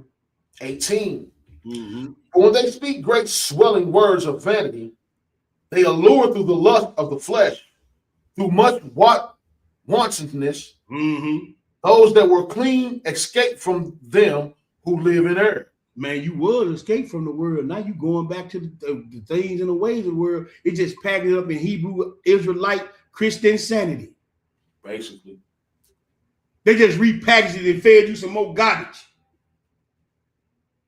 It made you feel justified in that which you say and what you do. Skip back up to verse 3. What do it say, bro? You don't want to do that 19? Yeah, do 19, then skip back. I'm sorry. That's my bad. While they promised them liberty, they themselves are the servants of corruption. Mm-hmm. For of whom a man is overcome, of the same is he brought in bondage. Gonna bring him back into bondage. Verse 3. Go ahead. And through covetousness shall they with vain words make merchandise of you, whose judgment now of a long time lingereth not, and their damnation slumbereth not. I had to throw that back in there. I thought we just read it. Yeah, I had to throw that back in there. Hey, message. Yeah, I'm about to say, but it was perfect right there, though. All praise. Message. Let's go to Sirach, the 2. My favorite chapter is Sirach. I ain't gonna read the whole thing. I always go to Sirach, man, because hey, that's some thunder right there. Sirach, the 2. We're gonna read verses 12 through 18 Hebrew. When you get it, go ahead and feed the people.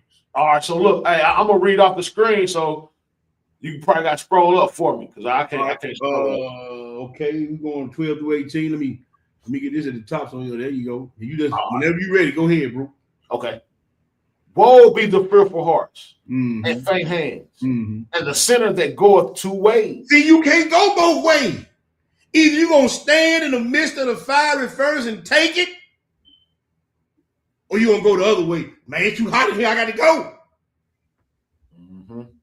See what I'm saying? You can't. He said, man, I ain't got no talk for nobody like that. Go ahead. Woe unto him that is faint-hearted, for he believeth not. Now, he said, if you faint-hearted, if you give up real easy and real quick, you don't really believe. Now, read that again, D-Ro. Woe unto him that is faint-hearted, for he believeth not. Therefore shall he not be defended. And when the trouble comes, when your real test and your real trouble comes, he ain't gonna defend you. Ain't no hedge gonna be around you. Ain't gonna be no hedge.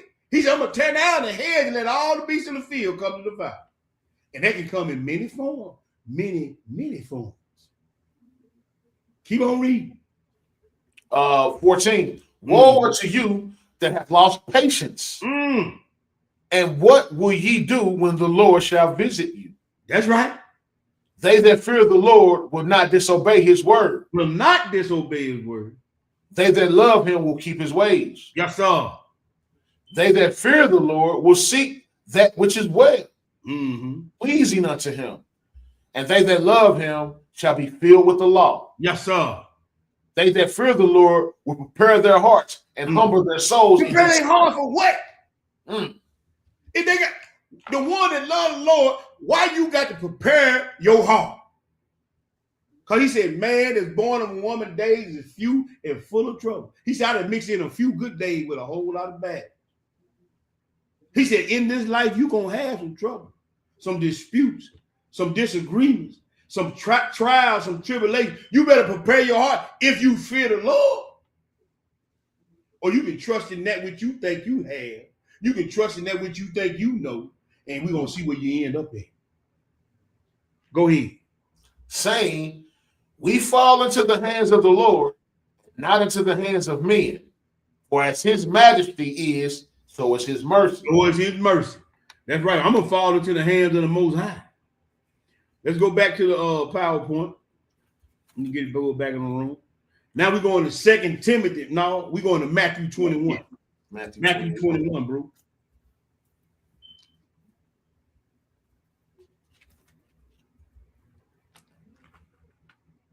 Matthew the 21. Dude, you crazy, man. What? Boy, you crazy. Hey, boy, hey, Tuba been putting in work overtime around this joint. Every time I turn around, Tuba, y'all throwing up a lesson. I'm like, God, no. Oh, Let me step that game up. Spirit on that I brother. think he's going on live after this lesson. Yeah, spirit on that brother, man. Man, I'm heavy on it. That man, Yeah. that boy, I said, boy. I said, every time I turn around, this joker throwing a lesson. I said, man, the Most High dealing with him, man. All brave. Yeah. Matthew 21, bro, 18 through 20. Yeah. That's right. It's cold right here, boy. All praise. Yes, sir. It's it right here. Yup. The kingdom is in hand. Yes, sir. No, hey, when it's at hand, hey, ain't no repenting, ain't no, you better have some fruits. Come on, bro. Because when it's at hand, ain't no more fruits getting ain't nothing else being picked off. Ain't nothing else being gathered.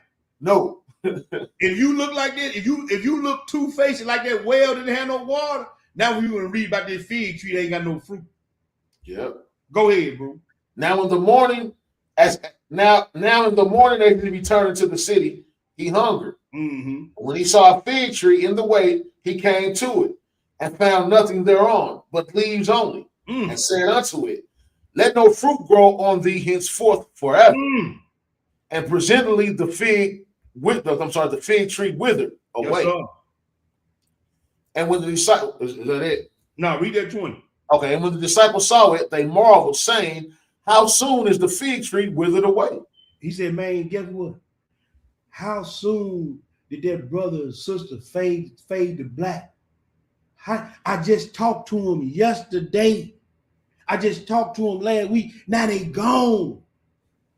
When Christ come to you and you look to Paul, you've been playing, and he come to you and try to count how many pieces of fruit he can gather off your tree or gather in your basket. Yeah, it ain't none to be gathered. Ain't none to be gathered.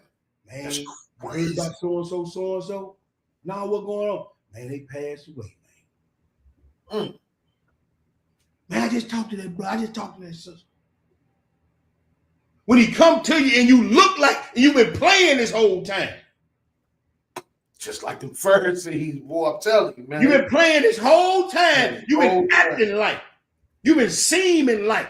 You've been putting on a good show. And when Christ come to you, you better have something now. You better have something. He gonna want usury. Come on now. I ain't gonna give you lesson away. I sure want to put it in there. Hey, man. I sure want to put it in here. Hey, you'd already told me about it. I said, no, I'm gonna let my little brother take care of his big. I'm just gonna, we still got about two less before we even get to that. We still got some. We still got some preparing to do for you. You got to understand that script. Hey, that script right now. That script is what's going on right now. I'm trying to tell you it is, man. That script right there is what's going on right now. I promise. And man, look at here. Gonna be a lot of sad singing and flower bringing when some of these folk alarm get the ring. He gonna be sad because you look to Paul, you talk to Paul, you act like you in, but when he come holler at you about that dirt, what are you gonna get? You better have something to give him that. You better have some fruit. You better have some talents. You better have some. 2 Timothy, bro, 3. 2 Timothy 3. We're going to pick it up at verse 3. Yeah, hey, bro. Hey, when me and you talking about the last week, I said, woo. Hey, you see the spirit working. Boy, I said, woo. Boy, the Most High. Hey, and see, that's the thing, bro. He pouring out his spirit in these last days, and guess what? These folks are being over-flooded with the spirit of the Most High and still gonna come out bone dry. It ain't gonna have no effect. Yep. It ain't gonna have no effect on them. Because they mad, they in their feelings, they emotional, They don't like this person, blah, blah, all the blah, blah, blah. And you're going to miss the boat. Yep. Timothy. 2 Timothy 3-7, bro. What did it say? Without natural affection, truce breakers, false accusers, incontinent, fierce, despisers of those that are good, traitors, heady, high-minded, lovers of pleasure more than lovers of God. You see that they love pleasure more than they love the Most High. They love being comfortable rather than being uncomfortable. A servant of God ain't gonna, if you always living in comfort, I'm just gonna go and tell you, if you ain't never uncomfortable, if you ain't never dealing with stuff, if you always trying to soothe down and ease back and pet and collar and stroke it, you pretty much you ain't no servant of God. I'm just gonna go and tell you. I'm just gonna go and tell you. You can't be. Can't be. Can't be. Not according to scripture, you can't be. Go ahead, bro. Verse 5. Having a form of godliness. Having a what? Having a form of godliness. Oh, you look. There it is right there. You look good now. You look like a tree got some figs on it. You look like a well that got some water in it. You look like it. But what? But denying the power thereof. From such, turn away. Do what? From such, turn away. From such, turn away. For such, get away from. Like you said, don't walk in the counsel of ungodly, nor sit in where stand in the path of sin, nor sit in the seat of scorn. From such, turn away from. Get from round them. Go ahead. For as this sort are they which creep into houses and lead captive silly women. What kind of women? Silly women. Silly, gullible, ready to eat off every tree women. Just like our mama Eve was. Go ahead. Laden with sins, led away with diverse lusts. With diverse lust, not even just talking about physical lust, but moral seduction, emotional seduction, not just physical seduction, and even spiritual seduction. Diverse lust. Diverse, meaning different kinds, many. Yeah. Not the same, diverse. So, ever learning, read that 7 again. Ever learning and never able to come to the knowledge of the truth. There it is right there. Ephesians the 4. Flip back. Ephesians the 4. We're going to read 11 through 16. We got a couple more after this, and then we out of here. Ephesians the 4. Verse 11 through 16, Hebrew. All right. Go ahead. Watch this. And he gave some apostles, and some prophets, and some evangelists, and some pastors, and some teachers. For the perfecting of the saints, for the work of the ministry, for the edifying of the body of Christ. See, there's a hierarchy here. Yeah. And see, most men don't have a problem with hierarchies. Nope. I said, I'm very clear how I'm saying. I said most men don't. Yeah, most. So male figures might have a problem with hierarchy, but most men don't. I'm not going to say women have a problem with hierarchy, but women don't understand patriarchal hierarchies because they're egalitarian in all that they want. It's all about the communal experience and the relationships. But when the men of God came through like Moshe and Samuel, it wasn't a whole lot of talking to be done. Am I right, my brother? Sure wasn't.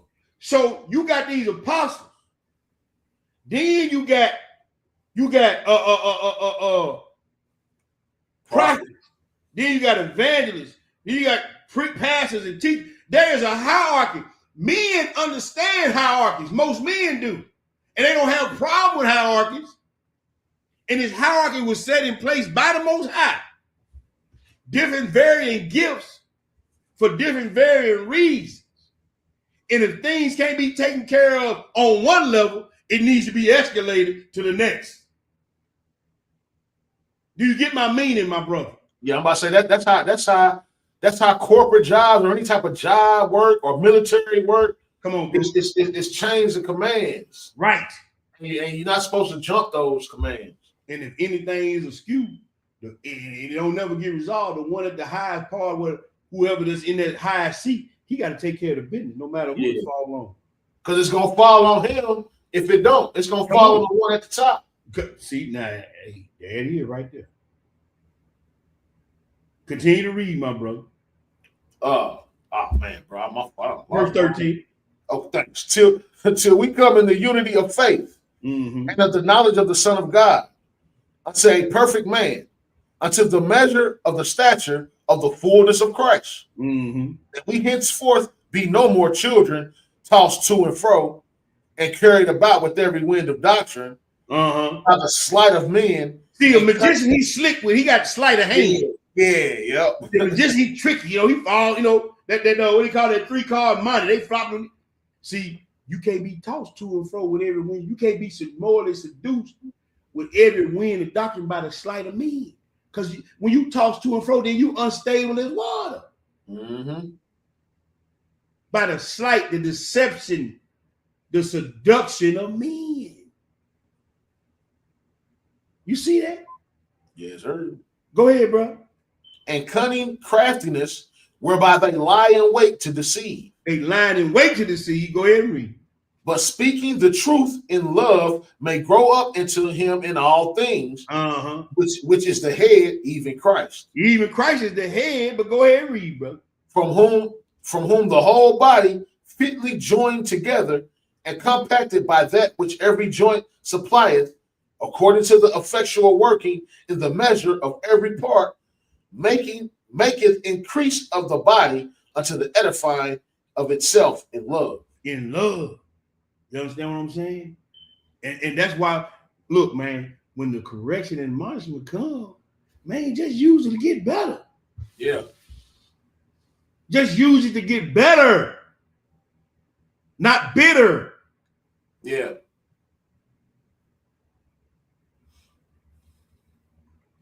Next place, James the 1. Just one hitter quitter, man.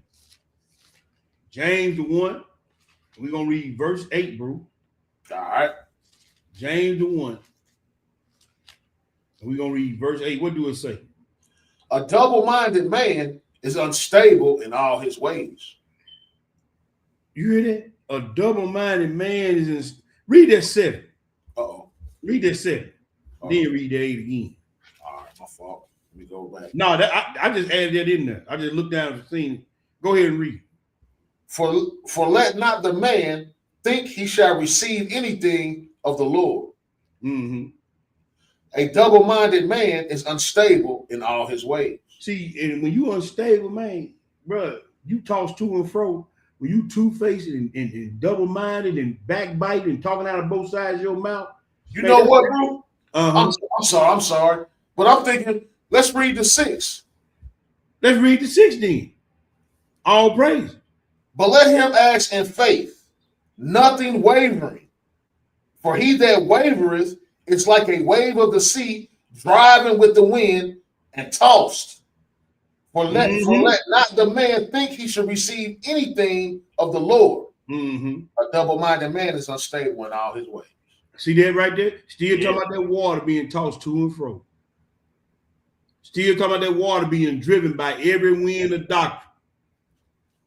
Still talking about that water, man. Let's go to the last plate. The last slide. Moral seduction. Misaligned longings lead to covenant fracture. It's called, in the nutshell, this moral seduction is scientifically or psychologically is called cognitive dissonance.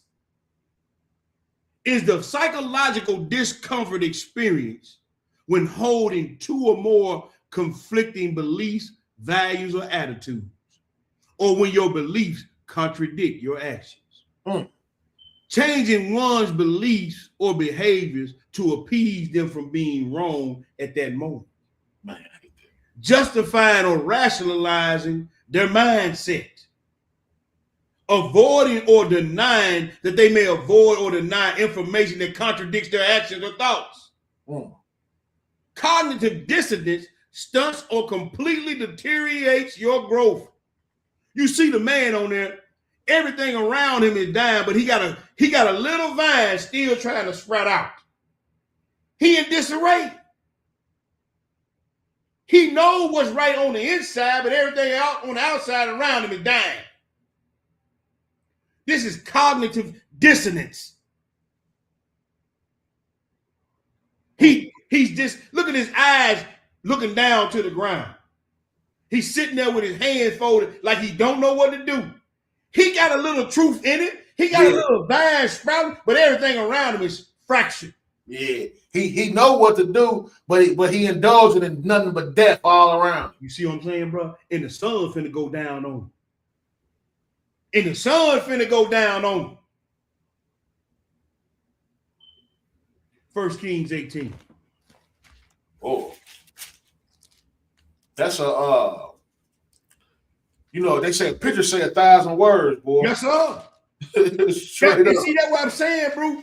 When the Most High give me these things, bro, I'm putting this stuff. The picture gonna tell you what's really going. Look at this joker, man, how downhearted he is, and he gray. The sun ain't even shining. The sun going down on him, and he's so dark and black, man. It's to the point where everything around him is dying, just a little sprout still left. That's crazy, bro. Mm-hmm. 1 Kings, bro, 18, and read that 21, man. And Elijah came unto all the people and said, How long halt ye between two opinions? If the Lord be God, follow him. If Baal, then follow him. And the people answered him not a word. And it's gonna be Negroes and shitgrows on this feed right now, and even in the future, gonna see this lesson. They ain't gonna answer not a word. You know why they ain't gonna answer the word? Just like this joke on this picture, he know he gonna have to change some stuff, and he don't want to. He rather let everything around him die, and even that little sprout that's still in him, he rather let it die than made to be look like he was wrong. He gonna let pride take him away from here. And if God be God, then follow him. But if you want to follow after your pleasure, your desire, your pride, your ego, and your friend, and your husband, your wife, and all that there, then nigga go. Have at it. But don't be trying to look the part and play the part when you know you ain't the part.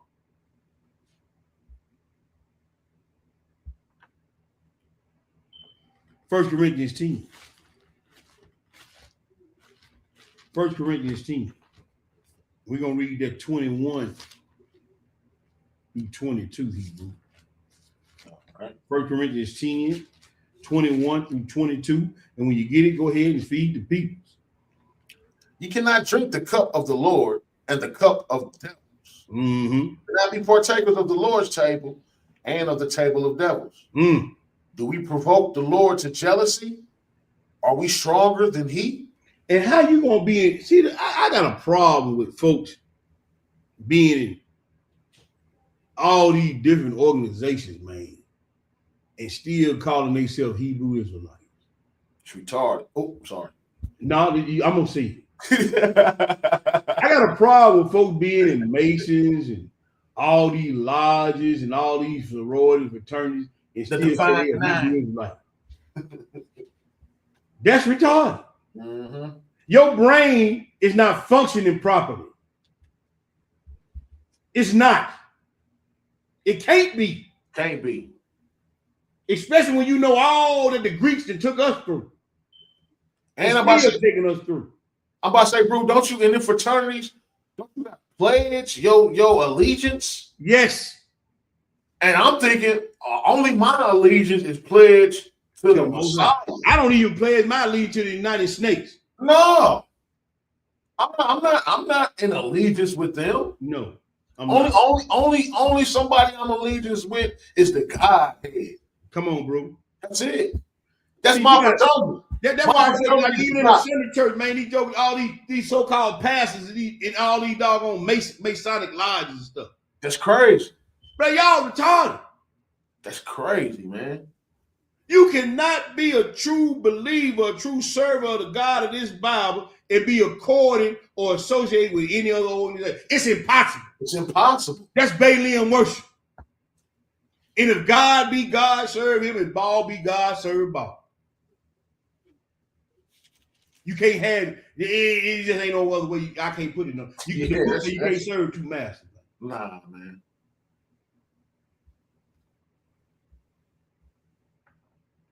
You want to talk about the most craziest thing ever in the history of man? One of them anyway. Yesterday, everybody said they were celebrating Jesus' birthday, but they ain't following nothing according to the tenets of the Bible. Nope. Worldwide deception went on yesterday. Yep. Just like it's going on, it's gonna be a worldwide deception by New Year. It's a worldwide deception about them Khazars and Edomites over there in the Holy Land. It's a worldwide deception within Israel to think you can do and say what you want to do and everything's still good. Like he's associated with these different lodges and fraternities and masons and stuff. Y'all think y'all getting away with it, but okay. But okay. Zephaniah 1, we can look at these three reprobates. Let's go look at these three types of reprobates, Hebrew. Hey, cause I told was gonna look at it if it wasn't in here. Right up. Let's go look at these three types of reprobates. Let me get there.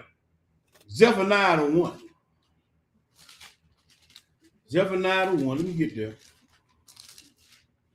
I went past. There we go. Zephaniah 1. We're gonna pick it up at the 1, bro. All right. And we're gonna read through the 7. Yes, sir. Go ahead and read, bro. The word of the Lord which came unto Zephaniah, the son of Cushai, the son of Gedaliah, the son of Amariah, the son of Hezekiah, in the days of Josiah, the son of Ammon, king of Judah. I will utterly consume all things from off the land, saith the Lord. I will consume man and beast. I will consume the fowls of the heaven and the fishes of the sea and the stumbling blocks with the wicked, and I will cut off man from off the land, saith the Lord. Go ahead, brother. I will also stretch out mine hand upon Judah and upon all the inhabitants of Jerusalem, and I will cut off the remnant of Baal from this place. You see that? Go ahead. And the name of the cherubims with the priests, and them that worship the host of heaven upon the housetops. All right, number 1. And them that worship and that swear by the Lord and that swear by Malcham. There go 2. And them that are turned back from the Lord, and those that have not sought the Lord, nor required for him. You see that? You got the ones that worship these idols and these cherubims and then all these statues. Then you got the ones that was doing everything right and turned back from the Lord. Then you got the ones that ain't never served the Lord in spirit and truth. We read about Amaziah said his heart was not perfect toward the Lord, man. He wasn't really all in. There it is right there.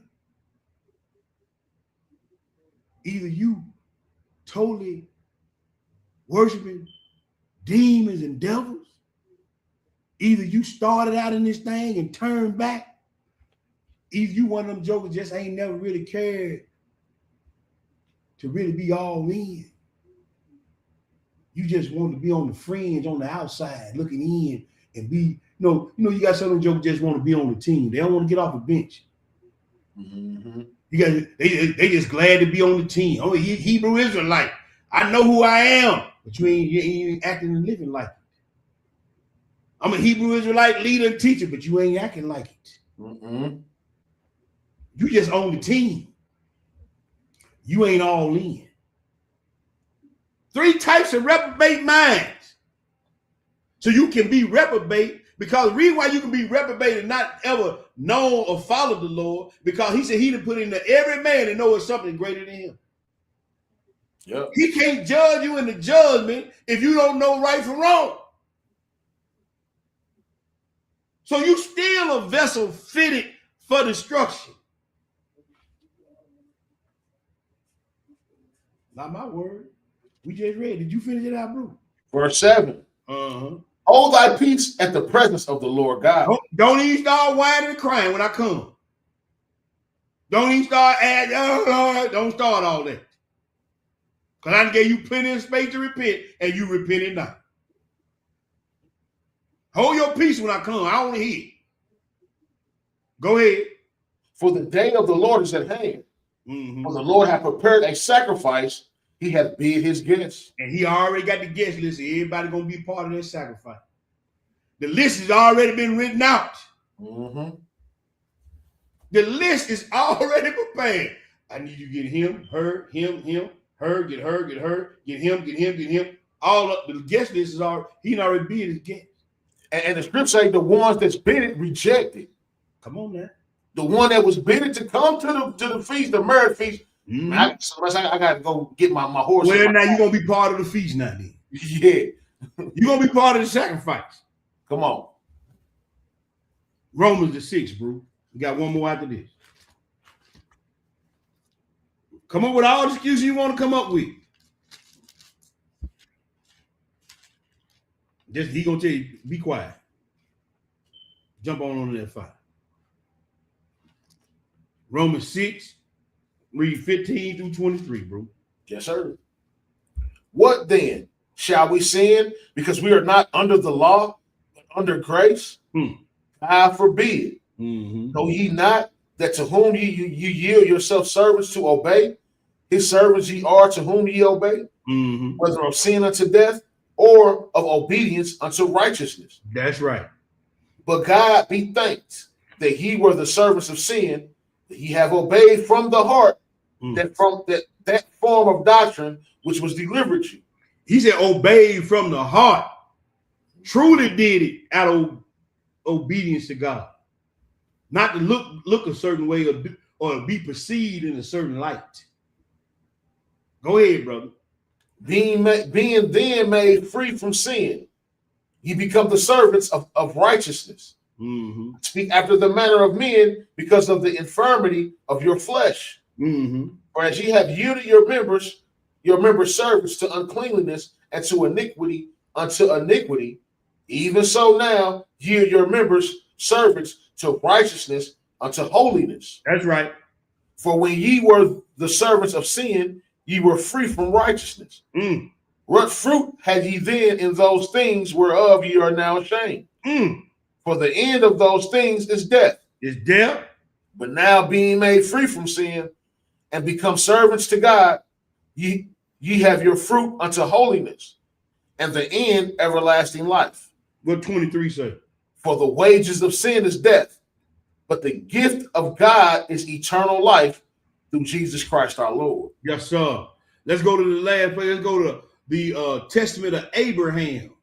The Testament of Abraham. We go into chapter 11. It's on page 888 in volume 1. I'm gonna put it up on the screen for the people who ain't got it. I'm gonna got a little delay. Hold on, Hebrew. I got a little delay on my side. All right, now there it is. What do it say, bro? I'm getting there. You said we doing chapter 11. Yeah, we're going 1 through 12. All right, says. Michael turned the chariot and brought Abraham toward the east to the first gate of heaven. Abraham saw two ways. Two ways. The first way was straight and narrow. Matthew the 7th. And the other broad and spacious. Matthew the 7th. And he saw there two gates. One gate was broad, corresponding with the broad way. And one gate was straight, corresponding to the straight way. Outside the two gates of that place, they saw a man seated on a golden throne. And the appearance of that man was terrifying, like the master's. And they saw many souls being driven by angels and being led through the broad gate. And they saw a few other souls, and they were being brought by the angels through the narrow gate. And when the wondrous one who was seated on the throne of gold saw few entering through the straight gate, but many entering through the broad gate, immediately that wondrous man tore the hair of his head and the beard of his cheeks, and he threw himself on the ground from his throne, crying and wailing. You know why he crying and wailing? It's because of him that these people are going through the broad gate and getting tormented. Wow. We better find out who it is. Go ahead. And when he saw many souls entering through the straight gate, then he rose from the earth and sat on his throne, very cheerfully, rejoicing and exalting. Then Abraham asked the commander in chief, my Lord commander in chief, who is this most wondrous man, who is adorned in such glory? And sometimes he cries and wails, while other times he rejoices and exalts. The imperial one said, this is the first form, Adam, who is in such glory. And he looks at the world, since everyone has come from him. And when he sees many souls entering through the straight gate, then he arises and sits on his throne, rejoicing and exalting cheerfully, because this straight gate is the gate of the righteous. This is the gate that's leading to Abraham's bosom for the soul, for the holding place of judgment. The other gate is the gate leading to torments for the soul waiting for judgment. And he's throwing himself on the ground and ripping the hair out of his head and the hair out of his beard because it was because of what he did. He said, because you listen to the voice of your wife. This is what's going on. This is why he cried. Now, he really finna hit you with a sledgehammer at the end of this chapter. So you better pay attention. Go ahead. And those who enter through it come into paradise. And on account of this first formed Adam rejoices, since he sees the souls being saved. When he sees many souls entering through the broad gate, then he pulls the hair of his head and casts himself on the ground, crying and wailing bitterly. For the broad gate is the gate of sinners, which leads to destruction and to eternal punishment. And on account of this first formed Adam, and on account of this, the first formed Adam falls from his throne, crying and wailing over the destruction of the sinners. For many are the ones who are destroyed, while few are the ones who are saved. For among the 7,000, there is scarcely to be found what? Hey, I told you he's gonna hit you with a sledgehammer now. One saved soul. Hold on, let me do that. Read that again. For among 7,000, the number, look, 7, the number of completion and judgment.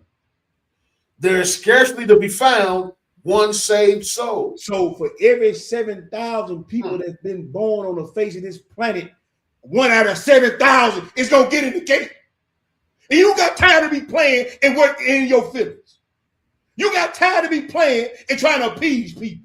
You got time to be playing and trying not to hurt nobody. I ain't got time for it. 1 out of 7,000 gonna get in. Whoa. 2/3 of Israel going in the lake. You hear me? Ain't got time to be playing. You ain't got time to be playing and trying to appease people. Because if you get seduced, you read it for yourself. You might want to put a bookmark in and go back and read it every now and again. Keep you on the straight and narrow path. That's the lesson. Moral seduction. Huh? That's the lesson right there, bro. Let me stop my screen share and put my glasses on so I can see. Oh. Yeah. Hit him with a sledgehammer. He hit him with a sledgehammer on that last one. Hit him with a sledgehammer, partner. Hey, don't get seduced out here, family. Don't get seduced out here. I don't care who it is. Don't get seduced out here. The world that is now was made for many. You hear me? But the world will come before a few. Huh? Ain't that what it say, bro? I had to tell somebody that today. Man, look. Seducing and Manipulative Spirits, Part 3, Moral Seduction, the gradual persuasion to compromise. That's the lesson. I want to thank everybody for tuning in once again. I want to thank my bro once again for sitting in and reading. We back to back on that one, bro. I appreciate all praise to the Most High for that. Yeah. Like I said, I know nephew too. We got he been hitting them up like rapid fire, but I know he got one coming up after this. So if y'all one of them late night Hebrews or Shebrews, nephew too, we got some more. He gonna drop on y'all. This Sunday we will have a teacher and reading call this Sunday at 6:00. Any of the brothers who can't make it, hit me up early so I can go and start penciling you in on some times that you can't. Since you can't, if you ain't gonna be able to make the call, what I'm trying to say. But yeah, 6:00, 6 p.m. this Sunday. We will have a teacher and reading call this Sunday. We will be online tomorrow. I think Amnon is gonna be doing a lesson, but he will be having fellowship at his house for the lessons for tomorrow. So if you're in the area, just hit the brother up or hit one of the sisters up or one of the brothers up, and go out there and fellowship, man. And get ready for the word of God to be brought forward. So I don't have anything else on the arms deed. I don't know if his eyes is still on. What they got playing in the chat. If they got anything playing for the arms deed in the chat. I don't know if they do. But I don't know if the brother's gonna be out this weekend prophesying on the street corners or what. But I will tell y'all this: those brothers are diligent about the arms deed. They are diligent about getting out in the community and prophesying to the people and everything, sharing the good news of Yeshua Mashiach, locally known as Jesus Christ. They are diligent in that. We had a good feast of dedication brew. My brew and his rib was down here. I appreciate them taking the time out to travel down here to be with us. That was from the Testament of Abraham, sister, in that pseudepigraph of volume 1. It was on page 888. 888. There, brew holding up. That pseudepigraph of volume 1, the Testament of Abraham. And if you don't have that, you can. It's in this one here too. We got the 54 apocrypha. It's got it in there as well. But it's chapter 11. It was chapter 11, sister, on that. All right, bro. You got anything for the people? Nah, man. Just be diligent. Yeah. Just don't be found as no hypocrite, man. Like these Pharisees, man. Come on, bro. That's really what it's all about. You know, he don't want us to have the same spirit as the Pharisees. Talking about we believe him, you know, talking about we keep commandments, mm-hmm. but ain't no fruits being you know produced. Right. Well, let's not, especially we talking about we keeping commandments. Come on, bro. You see what I'm saying? And ain't no fruits being produced. Sad, bro. Sad. Yep. Well, bro, if you ain't got nothing else, man, all praise to the Most High. I hope everybody enjoy the rest of their Shabbat. Y'all have a safe and blessed Shabbat. And we're going to holler at y'all on the other side.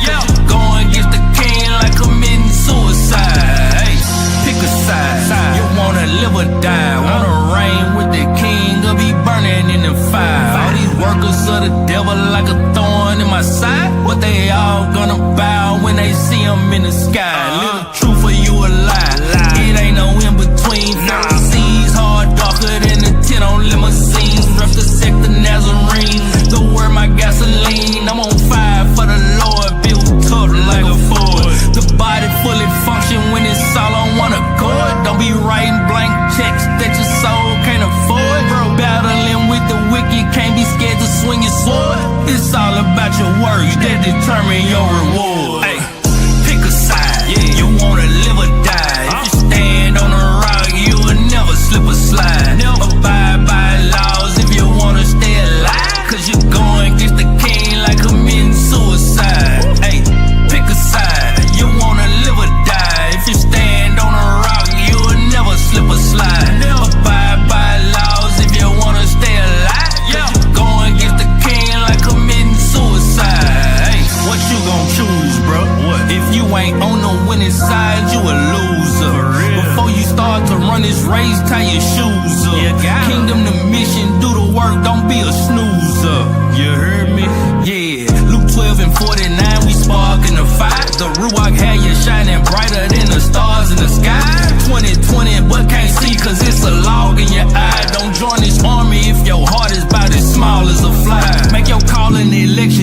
cause ain't no switching up. Spiritual bench press, his name is what I'm lifting up. This ain't no easy walk, but I am never giving up. Follow my king till I'm in that bag and they zip it up.